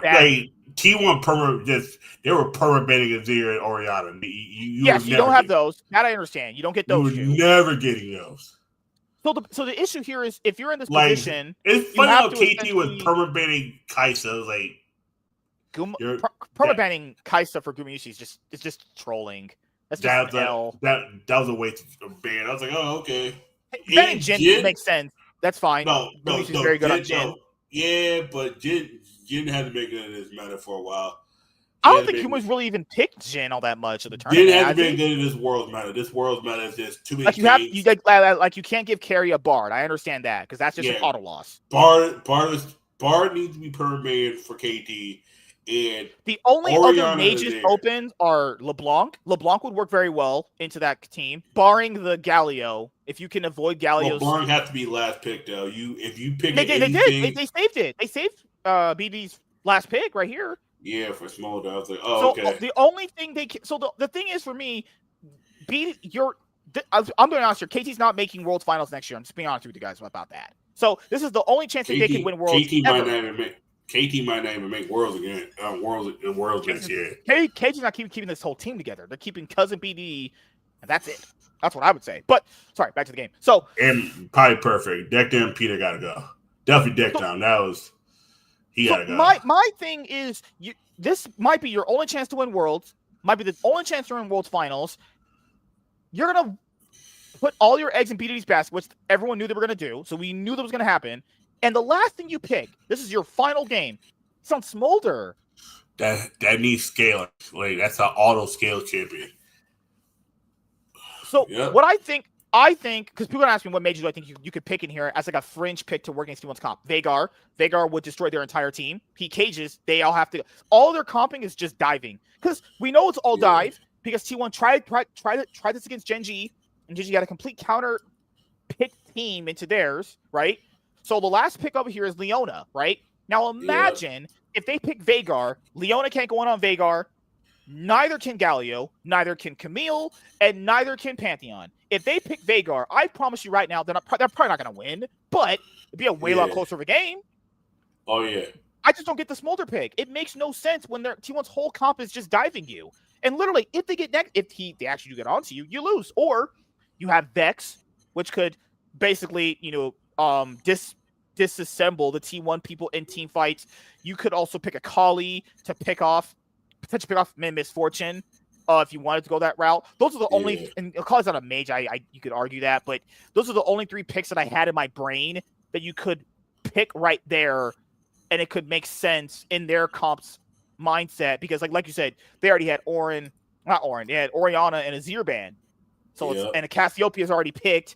They already lost on Cassiopeia, which was the biggest pocket pick mage of Worlds already. It's like, I mean, people said pick Zillion. No. Did we see BLG versus FlyQuest? No. Shut up. Do not pick Zillion. That's an L. Quad showed if you pick Zillion into Galio, you're getting fisted. L's all around. People say Kassadin. No, because he's too short range. And you would need the game to go 40 minutes for it to even be a thing. Yeah. He's just a very weak champion. So the only champions you could play to really stop T1's dive comp is LeBlanc, because she could avoid it with her W, and Veigar. I swear to God, if they picked Veigar here, KT might have won the whole fucking thing. Yeah, because Leona can't jump in when there's cages. Yeah. Neither can Galio, and neither can Pantheon. I'm not saying it would have completely got them to win the game. I do think Kerry doesn't pick. I think Kerry doesn't pick Leona if LeBlanc is picked. Yeah, he probably doesn't pick Leona if Veigar's picked either. True, Yeah. But those are the only other 3 champions I have in my mind currently right now when we're doing this episode that I could think that he could go off for. Because and then we're talking about the whole Doran thing. Okay, so Doran, in my opinion, played well in the laning phase because he set up his lane. He set up his wave in a way where Owner gave this guy 3 to 4 ganks, just booty fucking Peter. Peter got his whole butthole graped. You'd be perfect. Perfect, yeah. So perfect. So people are ask, like, okay, why does that lane manipulation work? So you know how you like kill a wave and it bounces back toward you and back to their person? So when it's bouncing away from you, it forces your opponent to have to play far up to get the CS. So Doran CS'd well enough to the point where the wave was constantly bouncing in his favor. So he had to push up. And Yorick, as a champion, has to push up because he wants to get the pressure on the towers. So then that allows Owner to gank him 3-4 times consecutively very well because Yorick has to only push up forward. If he's not pushing, he's useless, right? The other thing with that is Doran, later in the game, was essentially throwing the game, whether it be pressure, whether his brain didn't work. I don't know what the fuck happened in his brain. Because he's trying to make that highlight play. We'll go over because he's like sitting here dueling the Yorick for kind of like no reason, and it kills himself. Then he dives with Faker alone, kills himself. Then dives over the base and just kills himself again. Owner gave that guy almost 4 consecutive successful ganks. What more can Owner do? Yeah. That's why I said Owner is the MVP for me. He did so much for them in their wins. Like, look, this is why. Why do you do this? No, you don't have to press this hard. Doran, what's wrong with you? Bro, L's. This guy's a world champ. Oh, kill me now. Oh, Jesus Christ. Faker's like, oh, well, my top laner's retarded. Okay, I'm leaving. I was like, hey, I had to play with Zeus. I was like, oh, okay. Imagine that. Bro, and that was just strike 1. That's just strike 1. There's 2 more strikes in this guy. So Team 1, to be fair, Team 1 were so far ahead this game, and they had like Exodia draft anyway. That when I woke up and saw this game, I was like, I knew they wouldn't lose based off the draft and the way I saw them playing. Yeah. But those kind of moments, if KT had a much more better mid lane pick, those are the plays that straight up just throw the game back in their favor. Exactly. Like this. Oh God, it was just, what are you doing, buddy? That's why when DRX won in 2022, you like, oh, the drafting was close. Like the coach for 2022. That was most of the back of Zayu's just choking in front of Kingen. What an odd thing. And Kingen's not been relevant since 2022, which we called. So there's another thing that Doran did. So another great play by Owner. Just goes up, booty grapes, duck dom, getting his whole fist up his ass. Okay, cool. Doran, buddy, what are you doing? You're diving into a tower. Oh no! Why? It was understandable. The issue is, it was understandable. The issue is they were trying to do 2 things at once. It was like, Doran, we're over here. Like Owner is calling, hey, I got Duck Dom, I got the Ziggs, and then Faker and Doran just go kill themselves willingly. I don't know, and I get it from Faker's point of view. It's Galio, you have to go in, but like Faker knows better. Why are you charging in with him like that? They already got the pick off on the Ziggs. What are you doing? That's just like strike. That's just 2 strikes right there. Yeah. He had a fantastic laning phase. He had a fantastic lead. You could chalk this up to choking slightly. Pressure's getting to him. See, this right here is good. This is what you do. Yeah, that is fine. Even if he gets blown up here, that's fine. You're supposed to zone them away like that. That is perfectly fine right there. That is nothing. There's no wrong. Him dying there is exactly what you want to do because you gave your team that much space to make a team fight like that. That's perfect. That right there is what he should be doing. Then he does another one. I don't know why he does this one. Bro's just somehow in their base and just dies. L's. Yeah, this one was bad because it was like, were you trying to pressure? It was like, nah. Because he's right here, right? Because he is, where is Doran? He's next to Faker. He willingly walked in there. I remember this. He willingly just straight up walked in there. Took 2 tower shots. I was like, you got no wave. Doran? No wave, man. You got no wave, man. Bro, what are you doing? Doran? You got no wave. What are you doing, man? Elf. Just, oh God. Fuck.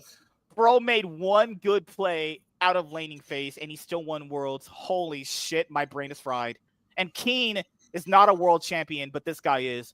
I can't live in life anymore. I just can't. It's insane. Not to be fair, Doran was getting very anxious. They're like, it's okay, dude. We're too, and they were right. They're right. They were way too far ahead. With the throwing, but I'm gonna point it out here. Had KT had a much better mid lane pick, doing those kind of throws just throws the entire game back in their favor. They're just so lucky that KT didn't pick anything better mid. But come on, Gumusi played this game very, very well. This game, Gumusi was on fire, just out here, just blowing motherfuckers up. That's why you don't pick MF. That's why you don't pick Ziggs first pick, because it doesn't matter if BDE killed him. Doesn't matter. Doesn't matter at all. Man. He died his first time, 38 minutes in. And boom, there you go. T1 are your 2025 League of Legends World Champions. Off the back of KT potentially throwing game 1, which could have been a 3-0, 3-1, give or take. And then bad draft, and then bad mid. Just actually bad draft. So T1 was like, we'll do bad drafts. KT's like, oh, we'll do bad drafts too. Oh, we'll just do even more worse draft in our final. We got use that perfect out of small pull. As well as Peter. I started to realize Peter's not really good on any champion outside of. This show wrong.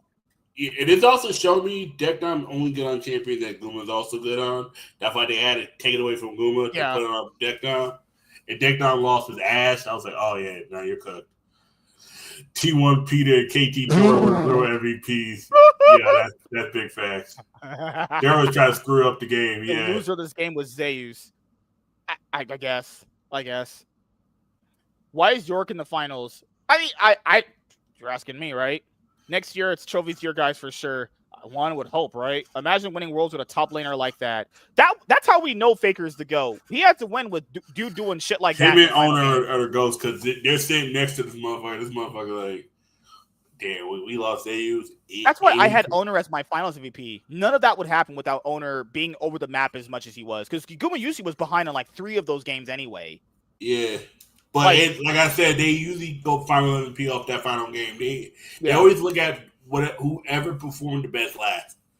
And Owner was consistent throughout the whole series. That's why consistency, now I've realized a lot of people does not get. If you're consistently good, it's not as good as the person that just shine out of nowhere. It's like this guy said, he said Ziggs is a power pick, good into anything, safe option for laning. I'll be honest with you, dude. Really think about this. This is not being bad. How many times have we seen Ziggs picked in game 5? And how many times do you think it's won? I don't know. I couldn't tell you. I don't know because it's never won. Every time I've seen Ziggs picked game 5 or Ziggs picked in a deciding game for ADCs, I've never seen it win. Cloud9's tried it. I think a bunch of other teams I remember, Fanatics tried it. I don't see Ziggs being this like mega power pick. I think you just place it mid, honestly. I mean, there's much better ADCs to pick, honestly. Yeah. I just think first picking Ziggs is just such an L. Like, why? I saw it. I was like, okay. Yeah, this is crazy. But I was like, okay. Also, so people are talking about it's just not fun anymore to see T1 win. It's just, I think Worlds itself, barring T1 winning the tournament, I will say that is fair. I just didn't think Worlds was exciting this year, honestly, that much. That probably is because of the actual Swiss stage. That Swiss stage is so ass at this point. Can we get something different? I think it was because of how a lot of the upset teams happen with the best of ones. Like T1 being 1-2 at one point. The quality of just gameplay was just in the toilet this year. Like seeing KT go out 3-0, you're like, oh shit, okay. Like into the knockout stage as well as anyone's legend. BLG failing, FlyQuest imploding. Genji, usual Worlds lingo with fucking failing at semifinals constantly. Viva Keystars being better than Fnatic. It's like, oh shit. Okay, Fnatic, Fnatic about to blow up this whole team. Viva Keystars look decent. I was like, oh fuck. 100 Seeds. 100. When you look back at it now, the 100 Seeds win against BLG looks kind of fraud because you realize BLG was just fraud. You're like, wait, you just kind of feel like that because how the fuck did BLG win LPL? It was like, wait, he's like, what the? And then you realize that means you know that now. Anyone's Legend was just the best LPL team minus Winter. Yeah, you're like, damn, Top Esports was dog shit. We knew Top Esports was dog shit. I thought they was gonna lose 3-1. Them motherfuckers got 3-0 and they wasn't even close. I'm like, you was kind of hoping G2 would beat Top Esports because G2 T1 would have been set up for 5 games. Maybe it's 3-0, but G2 would have had some funny ass picks. See LeBron. Like we did get Faker versus Kobe. I wanted that, but Fnatic just can't win a game. That's why. Yeah, they was too dog shit. They actually both made Worlds, but Fnatic just can't win a game for some reason. So it just can never happen. The only way Fnatic would happen is like if Fnatic were in the same spot that MCoy was in. That's the only way that would have ever happened. Imagine that. Kobe getting knocked up by Faker for the final spot at top 8. Imagine that. Crazy. And then MCoy looked decent, but you're like, okay, that's MCoy. They just got the shit draft. They was like, fuck. You look at it, you're like. So what I think needs to happen is because the play-in stage, the reason why I didn't like the play-in stage is because I told people this. You have an LPL or LCK 4th seed in there. Guys, an LPL and LCK 4th seed is better than most of our teams. Even if they're playing better. Even if our teams are playing better than them domestically, right? What you need to do is you need to have play-ins just for it be EU, NA, and Brazil. So you allow essentially... I know that this is jank, but this would make it more exciting just for the play-in stage because it kind of build in narratives too. And it's World, so it's more stakes, and everyone keeps saying it's more hyped. So you have the 4th seeds from NA, EU, then you allow Brazil to have 2 more seeds, essentially giving them like I think they have 3 by default. No, for Worlds they have like 1 or 2 or some shit like that. Yeah, they have 1. So you allow them to have 2 more seeds. You allow NA and EU to have 4 seeds. You have them do a play-in stage tournament. The final 2 teams make it in, so you get all the Western narratives. They play in front of the big crowd, the biggest tournament the whole year, the one with all the stakes. The reason why you don't put an LCK or LPL team in there is because they're just too good, and they'll just win. We know this from the years of the playing stage where they're just in there. We know this is gonna happen. Yeah. It just is what it is, right? I think another reason the playing stage didn't hit this year is because, well, fucking hell, IG is just out. Yeah, IG. The one team they were built to beat T1, face T1, choke against T1. You're like T1's the Worlds. It was like, oh shit. They had to win that series just to be in Worlds. And I told James, you said they weren't going to get you said they weren't going to get top 8. They just won the whole thing. It was like he did say that. Yeah, but a lot of other teams played badly. I was like, you said, why would you not think they would get top 8? You know how easy it is to make Swiss stage is so easy to make it out of. It's not hard. Swiss stage is so garbage. T1, who did they face? They faced FlyQuest, G2, MCoy. Who else the fuck they faced in Swiss stage? NG and CFO. That's their Swiss stage. And he lost against the 2 Asian teams and beat FlyQuest, lost to CFO, lost to NG, beat 100 Seeds. That they knocked out 100 Seeds, and then they beat no,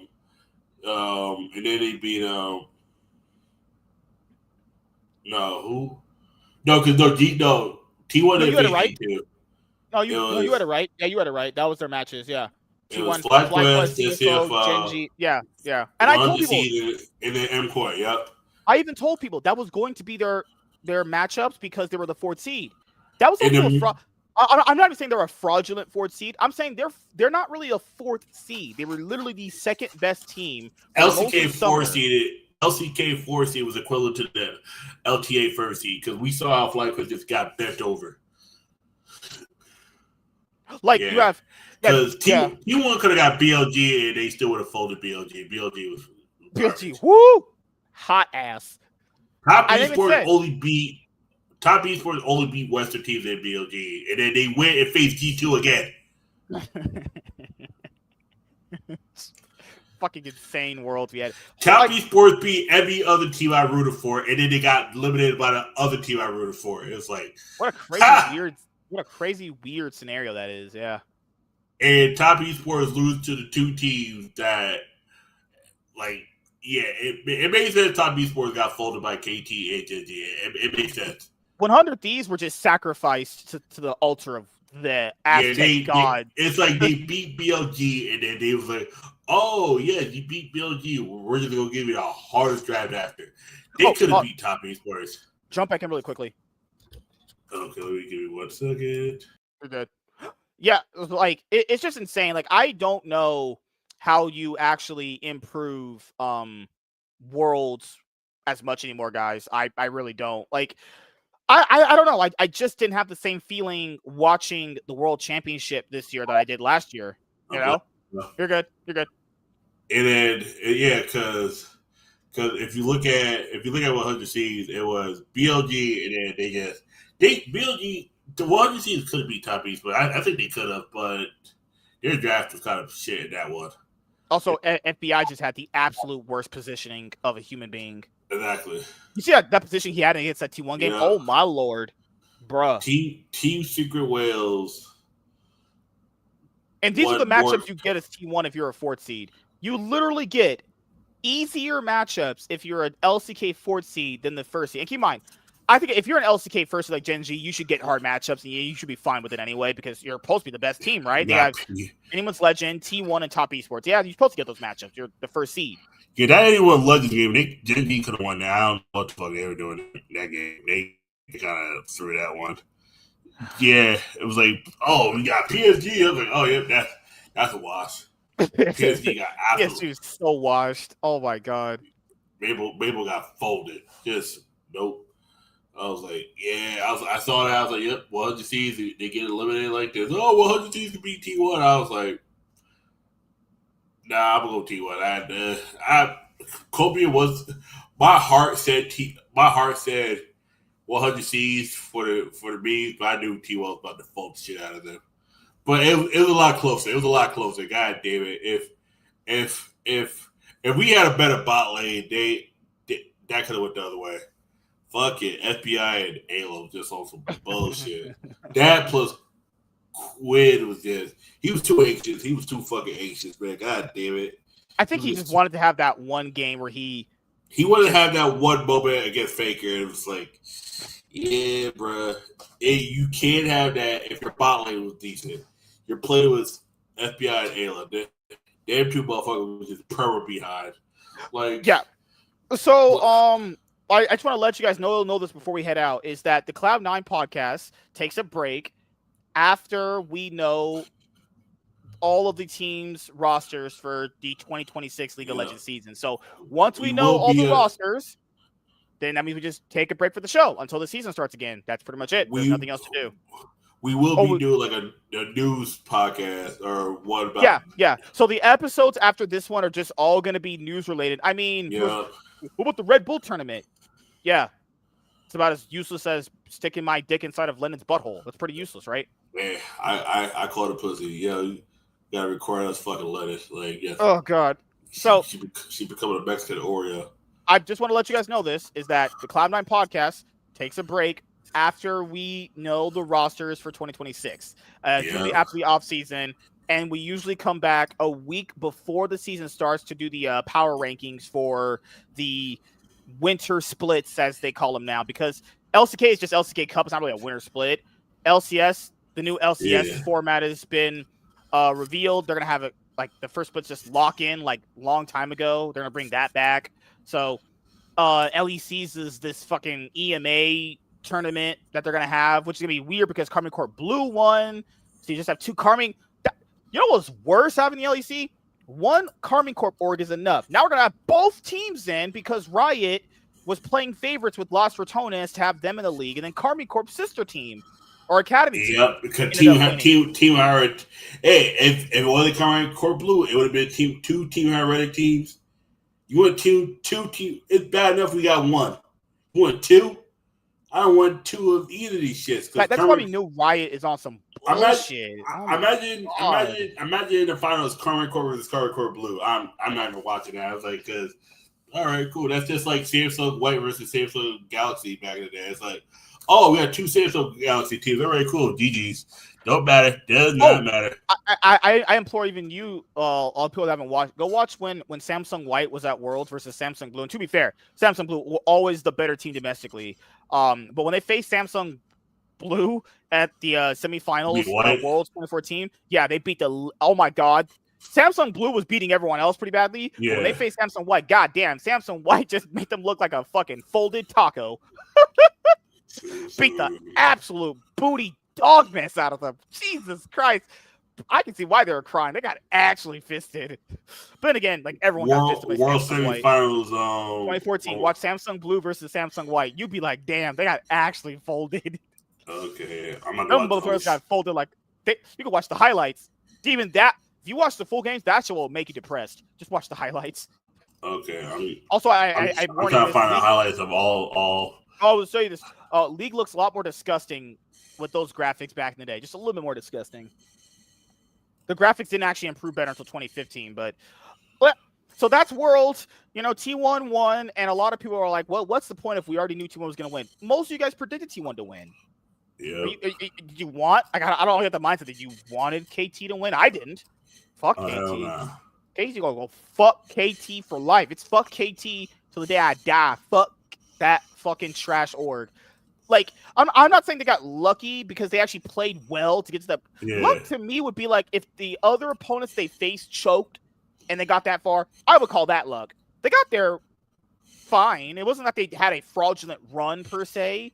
It was just more like I'd seen them all year suck dookie ass, and then to see them playing that well was like, okay, that's kind of a surprise, obviously. You usually have that team at Worlds that does kind of surprise people than they actually are expected to going in. But it's just like, I didn't want KT to win. I don't like KT. I think KT's a shitty fucking org, honestly. And like, this was the only thing that was supposed to revive the Telecom War rivalry, because if you guys don't watch the shit domestically, it's not really a rivalry, honestly. It's really not. Like, they showed the map. They showed the score. You want to do that? Yep. You see the score line that they revealed? Oh, it was bad. It's horrible. That shit is trash. Oh, I think I replied to a guy because I called him a effing ragged. Shit. I found it. Here we go. T1 versus KT in matches, in games. And you want to sit here and tell me that this is a damn rivalry? You can just suck the fattest part of my cock. Oh my god. Look at this. Tell me this is good with a straight face. T1 versus KT. 53-17 in matches. Yep. 130.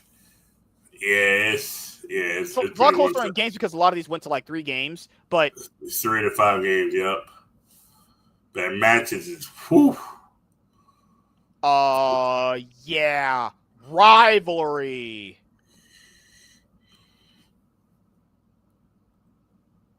All right. I seriously have a funny feeling KT pulls this off somehow. Well, you were wrong, buddy.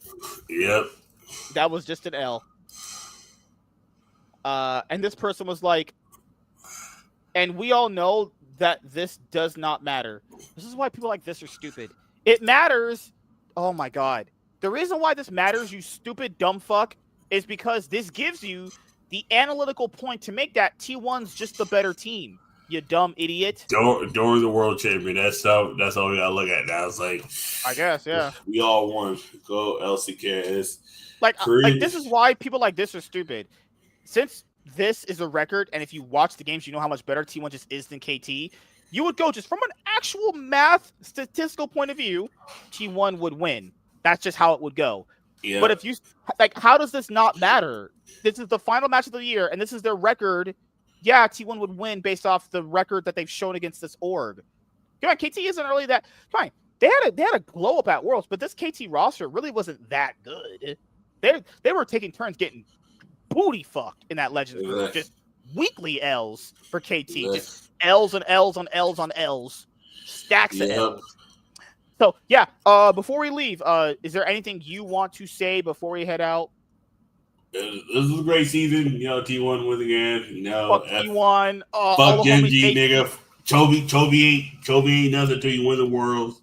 Chovy win the Worlds next year. Calling it right now. You heard it here first. Yeah, Genji goes in. I didn't say that last year. I don't know what people said. Genji does what T1 does. Suck all year, but are good enough to get 4 seed. They get in.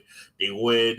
You know, don't worry. Genji will carry most of the LCK. Genji's going to follow the T1 script. They're going to go down 0-2, win 3 straight, beat all the Western teams, get in. They're going to face the LPL team. Because T1 kept Doran, and they're going to keep up the momentum. If they win the LCK Cup and go to first stand and win that too, oh my god. They just win everything. Everything. There's a good chance. They'll just win most things. Keep in mind, the Legends group, the LCK, won everything this year. Yep. The LPL, Top Esports just took nonstop L's to the LCK. Just got blasted. Not even close. Exactly. Just constant getting. And then LCK won everything. Even the losers tournament, they won that. Even when the LPL couldn't even win a tournament that didn't matter. It was like, oh, FearX. Who the oh yeah, Vikla won a cup. I'm like, yo, JDG had all the power in the world. And I feel bad for Pace. Free my nigga Pace, man. That motherfucker got they sent him to the gulag of the LPL. That LPL is so dog water right now. If you're a Korean player in the LPL, get the fuck out. The LPL, like, given what we know is going to happen with the LPL in this offseason, all this restructuring, teams leaving. Tarzan, leave Anyone's Legend. Just go play on Hanwha Life, honestly. Yeah. I don't think that's a good idea. Tarzan just needs to get away. He needs to leave. Yep. Unless he's locked in his contract and they're like, hey, you can't leave because you signed for 2 years. You know. Force your way out, man. Force your way out. Fuck somebody's wife to the point they want to trade you, let you out of your contract. Just make sure that you don't go back to China. Just stay the fuck away from China. It's rookie, you need to get the fuck out as well, my guy. You in the shot. Yeah. It might be time to come back to the LCK if you're a rookie. Rookie might need to just retire. You already got a world championship. Retire, my guy. You good. Good, man. Yeah, he won an LPL. Q can't say he won an LPL split. He got one of those too. He won domestically on a different region. He won an LCK a long time ago when it was called OGN. So he won LCK and LPL and he won Worlds. Yes, I think it's a pretty solid career. Yeah, you won Worlds. I would retire. As well as the shot. The shot definitely needs to retire. The shot just needs to not be playing League anymore. Yeah, he had like, I think the last game he actually gave a fuck about. When he threw on Mbessa, yeah. Bro. When he threw on Rek'Sai in that game 1 against T1, I was like, wow. Bro. I was like, oh, okay, all right. I saw that. I was like, yeah. I was like, anyone saying ID was going to win, I was like, you guys. Like, come on. Stylistically, that was the worst team they could actually go against, and they still beat them. They beat them 3-1. Yeah. Stylistically, yes, but gameplay-wise, no. IG, they throw so hard. IG's just a throw machine. Because honestly, the team that shouldn't have made it out of those 4 should have been Top Esports. Top Esports should have been the players. Because the issue is you needed a team that who you think, honestly, if you wanted a team to stop T1 from getting the Worlds, you should have had Anyone's Legend in that player stage. That's the only team I think that could have knocked them out. Yeah. Every other team would have got folded. Like, we see how BLG's mental is. That Ben, find a way to get his young back. Get Baitwan and Shadow the fuck off your team. Get Elkin off. Get off your team. That motherfucker ain't been on since he hasn't been on since 2023. Yeah, he's been struggling a lot. I don't know what's happening. Get him. BLG needs to get 4 new players. They keep Ben and get just. I mean, if they can keep Knight didn't really want to stay. Nah, no. Let Knight go. The whole thing with him, either Knight wanted to leave after last year, but he had a contract stipulation where it was like a 2+1, and BLG took the option to keep him for another year, some bullshit like that. That's why they kept him for another year, and Knight wanted to go, but no one was willing to pay that big contract for Knight. They was like, all right, cool. Now Knight, I think Knight's a free agent. Knight, get the fuck out of China. Just go.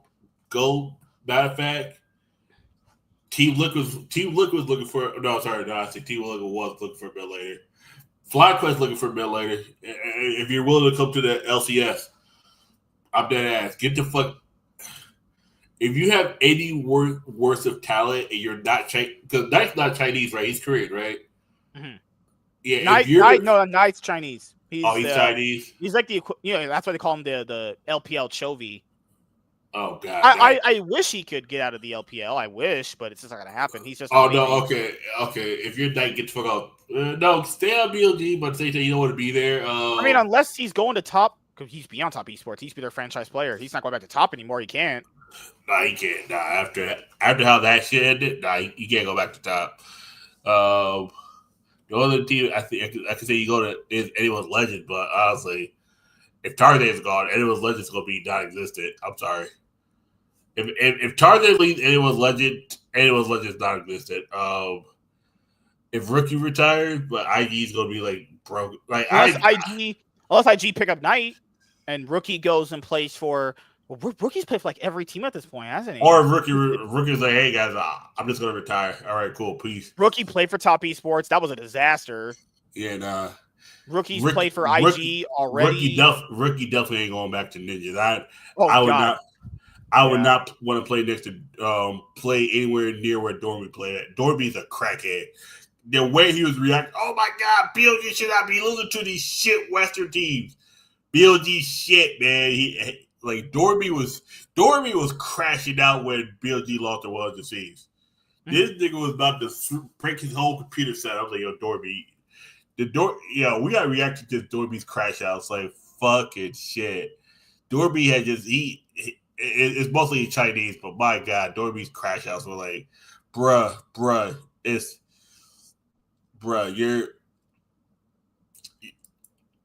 dude, the LPA might not win another championship to Faker retire. I'm sorry.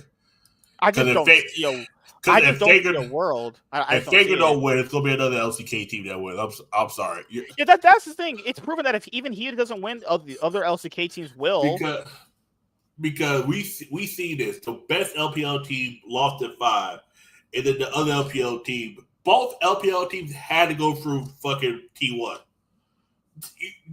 That's another thing that was fucked up. How in the one side was 3 Koreans and the other side was T1 and cupcakes? This is very concerning for Faker because I know they extended him, but he talked about right here. He says, As for the next chapter, since I'll continue my life as a pro gamer until 2029, my goal is to keep doing my best as a pro. Actually, before coming to Worlds, I had a health checkup, and compared to before, the results weren't that good. It's not that it got much worse, just a little worse.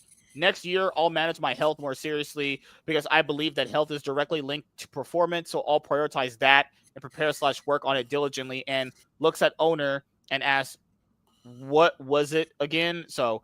Jackie Love said the same thing on Top Esports. Jackie Love's probably not going to be playing for Top Esports, at least for the good amount. Jackie Love's gone. The minute they lost, if you go back and look at Jackie Love's face at the end of that series. Oh, no, because he talked about the same thing Faker did. He talked about that he went to a doctor, and they said his health is horrible. He said he has to take a break. He has to. Jackie Love is underweight. You see him, he is severely underweight. No. If you saw Jackie Love after that series, there's a good chance Jackie Love might not play in 2026. He might have one of those things where they might have to sub him out for a couple games. But, if I'm Top Esports, the only player I'm looking at to keep right now, besides Jackie Love, is 369. Those are the only two players. Everybody else can go. Cream, you're cool, but nope, you're gone. If Knight wants to come back, yeah, but I don't think that's going to happen. I forgot who they're. Oh, Konami, don't get Konami the fuck out of there. That motherfucker was getting.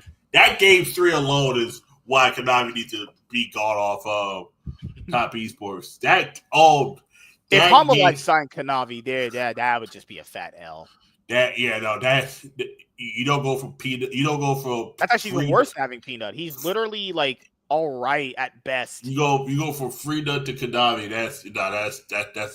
That's working backward. And then who Top Esports had? Crisp? Yeah. Nah, Crisp. No. Crisp went back to Weibo. They had Hong. Hung.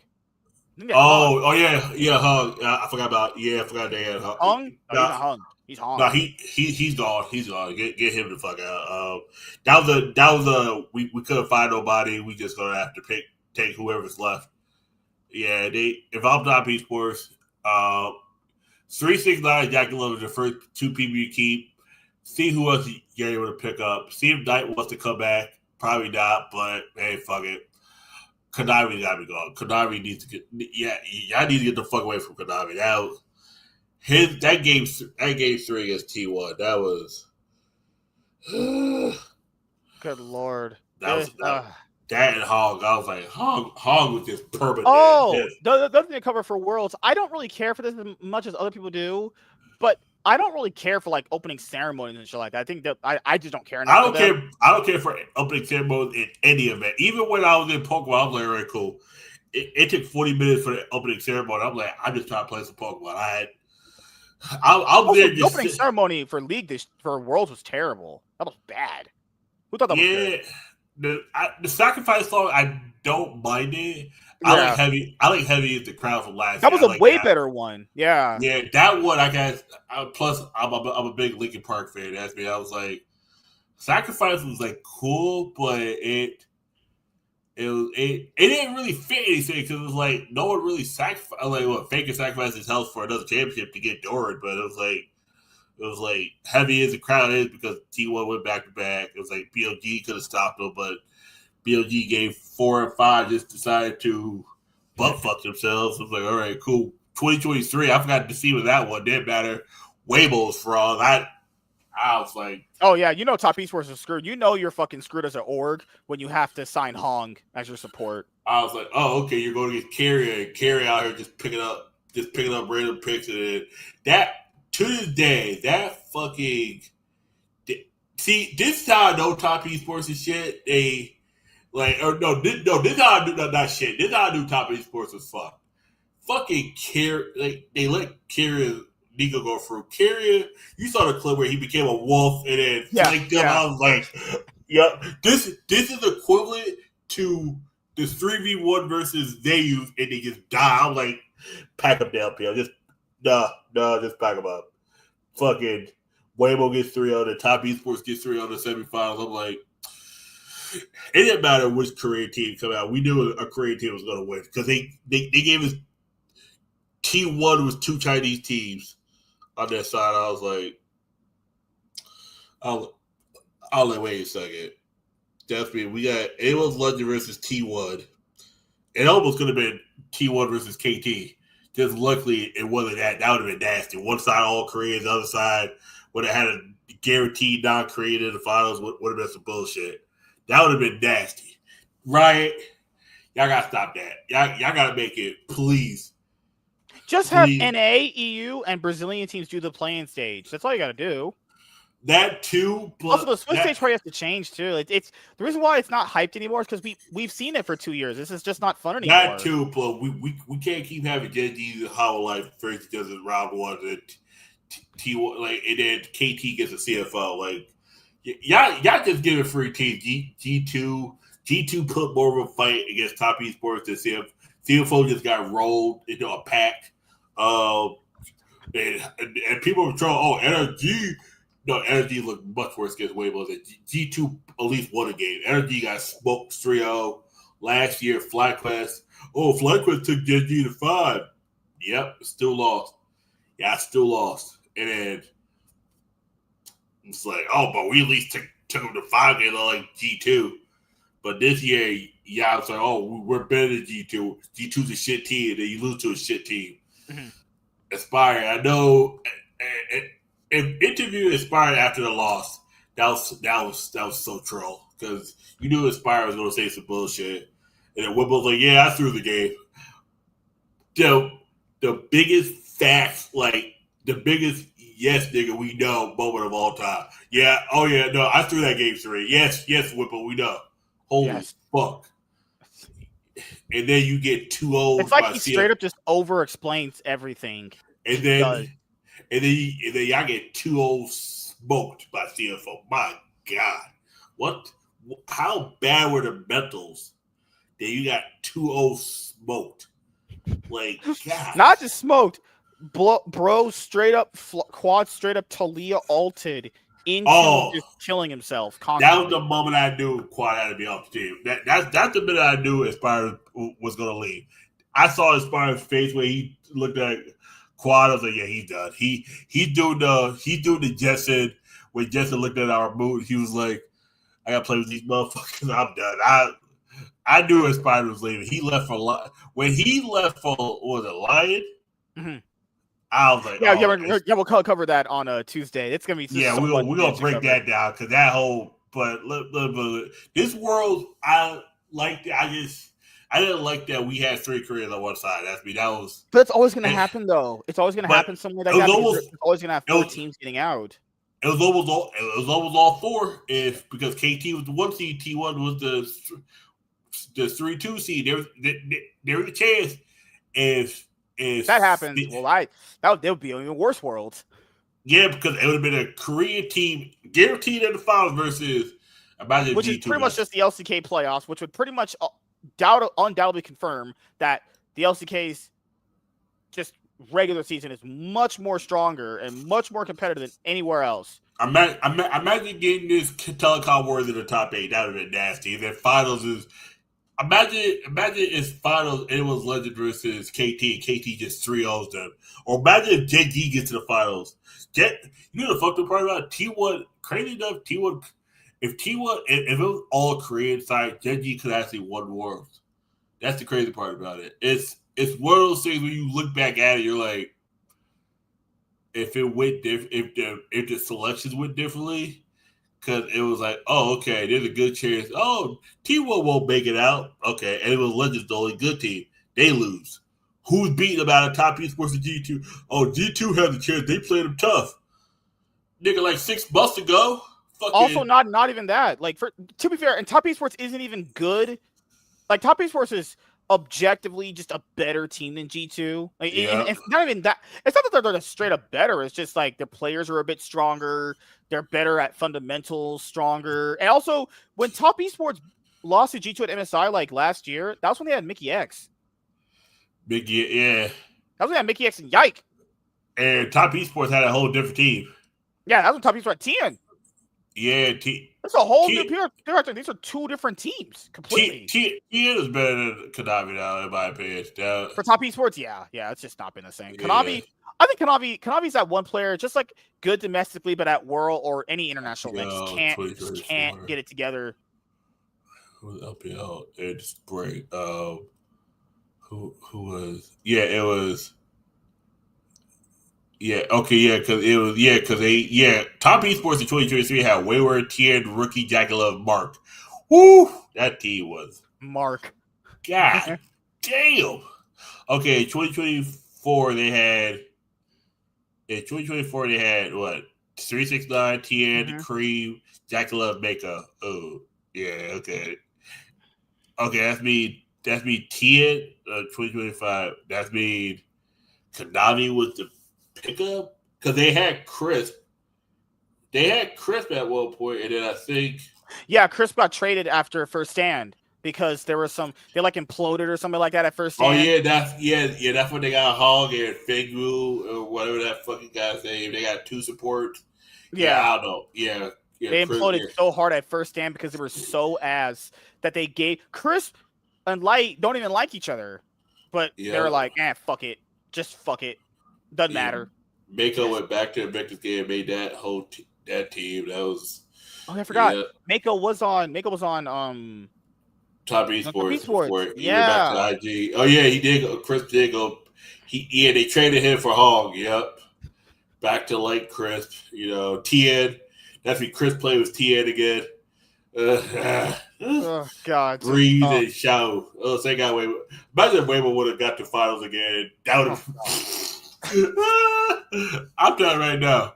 If like say it was like Weibo versus any LCK would have been 3-0 no matter what. I'm sorry. They got a weaker top lane this time.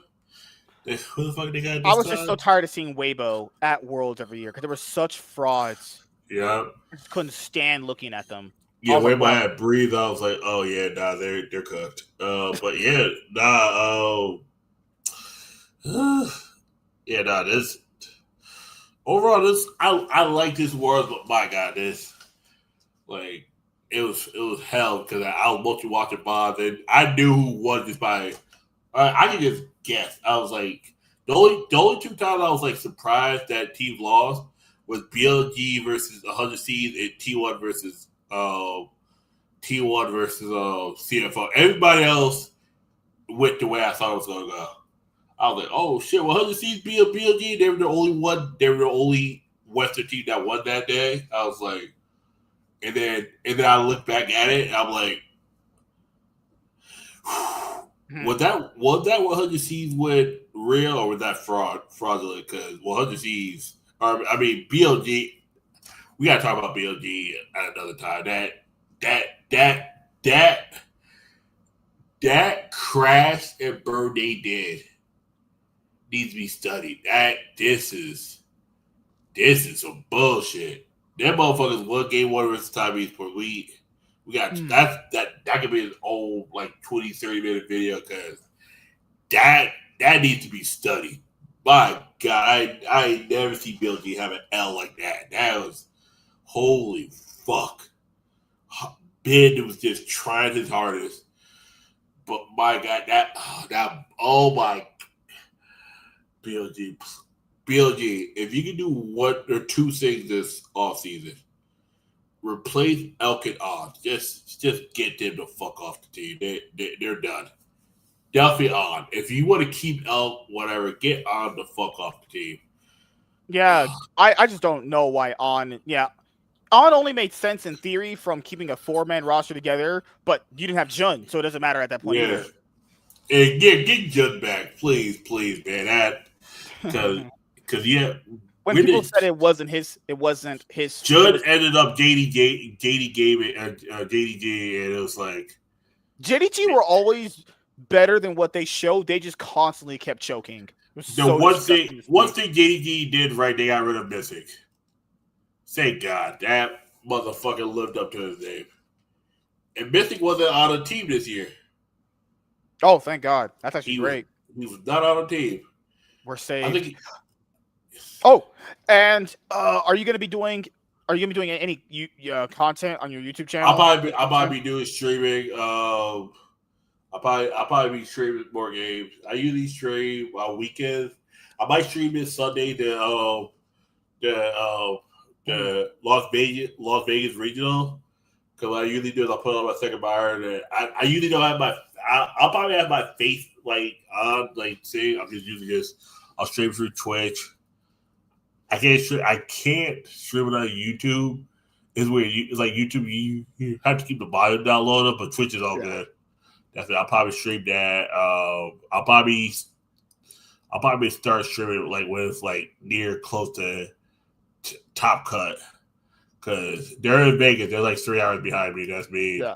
The stream's gonna start later on Sunday. But other than that, not much. I'm just playing. I haven't really been doing much videos. Just been playing more Pokemon. Yeah, I gotta wait till I get paid to do anything. I just paid my rent. I just paid the full rent today. Same here. I paid the last bit of it now. I'm like, if I was quiet for a minute, I had to pay that. I was like, all right, that's done. Now I got that done. My internet bill's paid.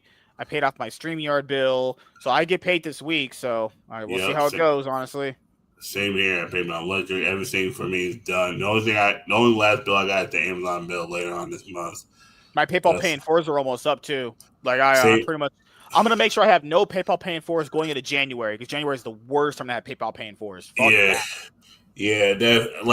I don't want no more PayPal Pay in 4s. I'm not gonna just buy random cards to put in my mind.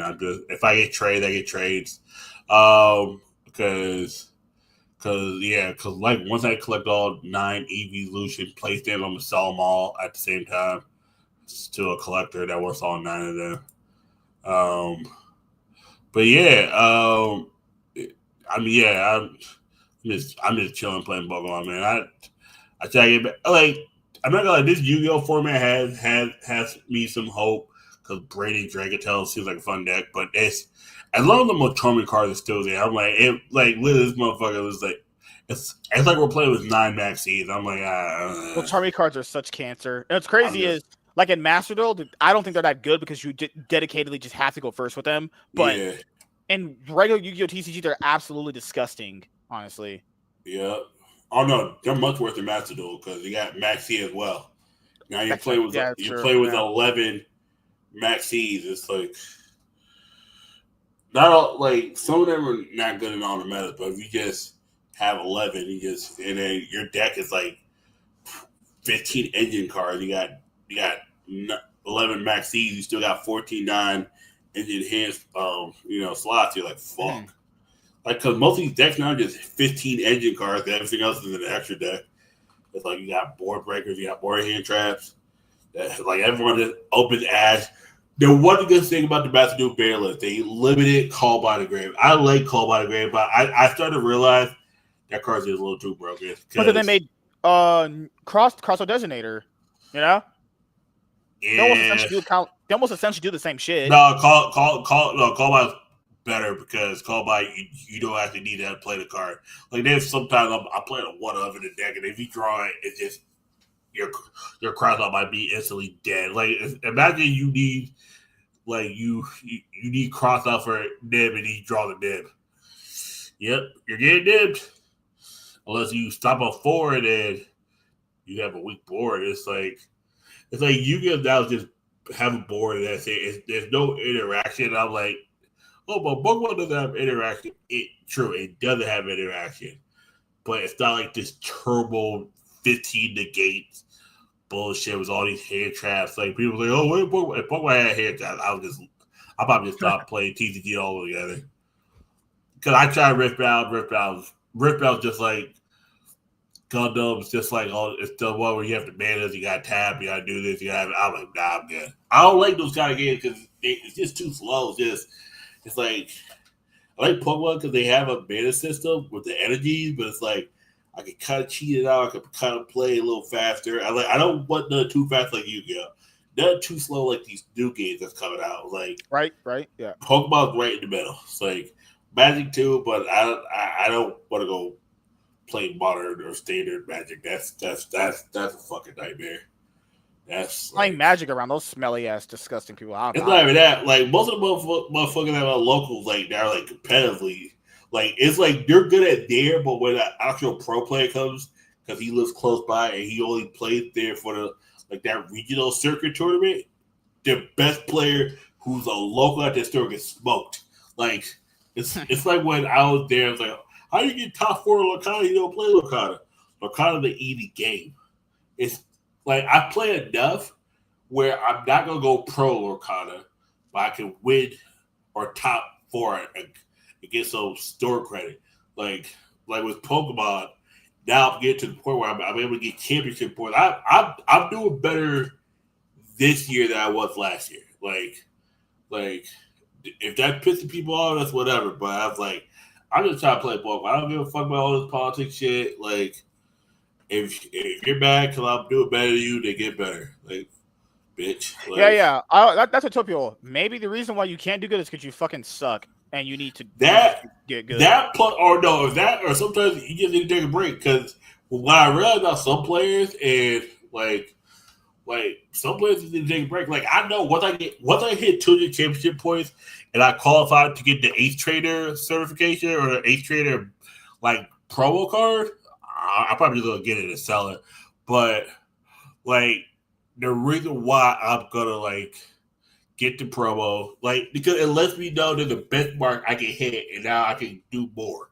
Like after that, I'm taking a small break. I'm just like, I'm not going to be traveling to New York as much.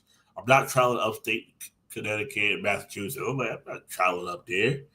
It's like, oh yeah, yeah, it's no point. It's like, holy shit, that's weird. Next year, we're leaving. The LPL is going to look different. We're going to talk about that soon. LPL is going to look a lot of difference. Yeah. So, just letting you guys know, the Cloud9 podcast will be done for the season right when we know the rosters going into 2026. So once we know all the rosters, we take a break and come back a week before the season starts in January to do a power rankings for the winter splits. Also, I will try to watch more LCP, mostly just CFO games, because that's probably still going to be the best team to just watch games for. honestly. You also have Brazil. I'm not gonna lie, there is a lot of reasons to watch Brazil more because it's gonna be just a CB LOL. Yeah. Also, there's a few tweets I made about CB LOL teams that were just doing so good. Just saying, hey, I watched the games, you know. So definitely gotta do my due diligence and watch the games a little bit more. But it's always going to be hard sometimes, you know, but we're going to try. I will try to at least squeeze in a little bit more Brazilian games to watch because I love watching them fucking fail. You know what's crazy? I like watching NA fail too, but I love watching when Brazil fails. Fuck Brazil. God damn, I can't stand the motherfuckers. And y'all just trash. Yeah. Like, Brazil is literally just fucking terrible. All right. So give me 1 second here. I'm looking up some porn really quickly. All right. Hey, so, okay. So, yes.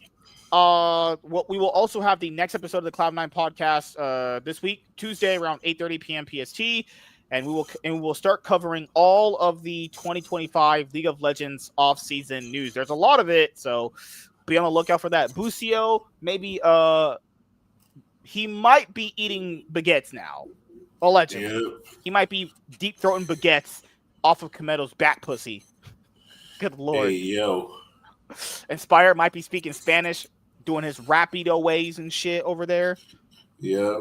Motherfucker went to a team he can't even talk to. All right, we'll see how it goes, honestly. But yes, we are going to be having a great time with where League is going. And it's going to be a lot of fun discussion because I don't know where League's going to be in the next couple of years because things are looking not good in some areas, looking bad in the others, but looking kind of cool in the other places too. So, yeah, thank you guys for checking out this episode of the Cloud9 podcast, and we will see you guys on Tuesday, 8:30 p.m. PST for the next episode of the show. Have a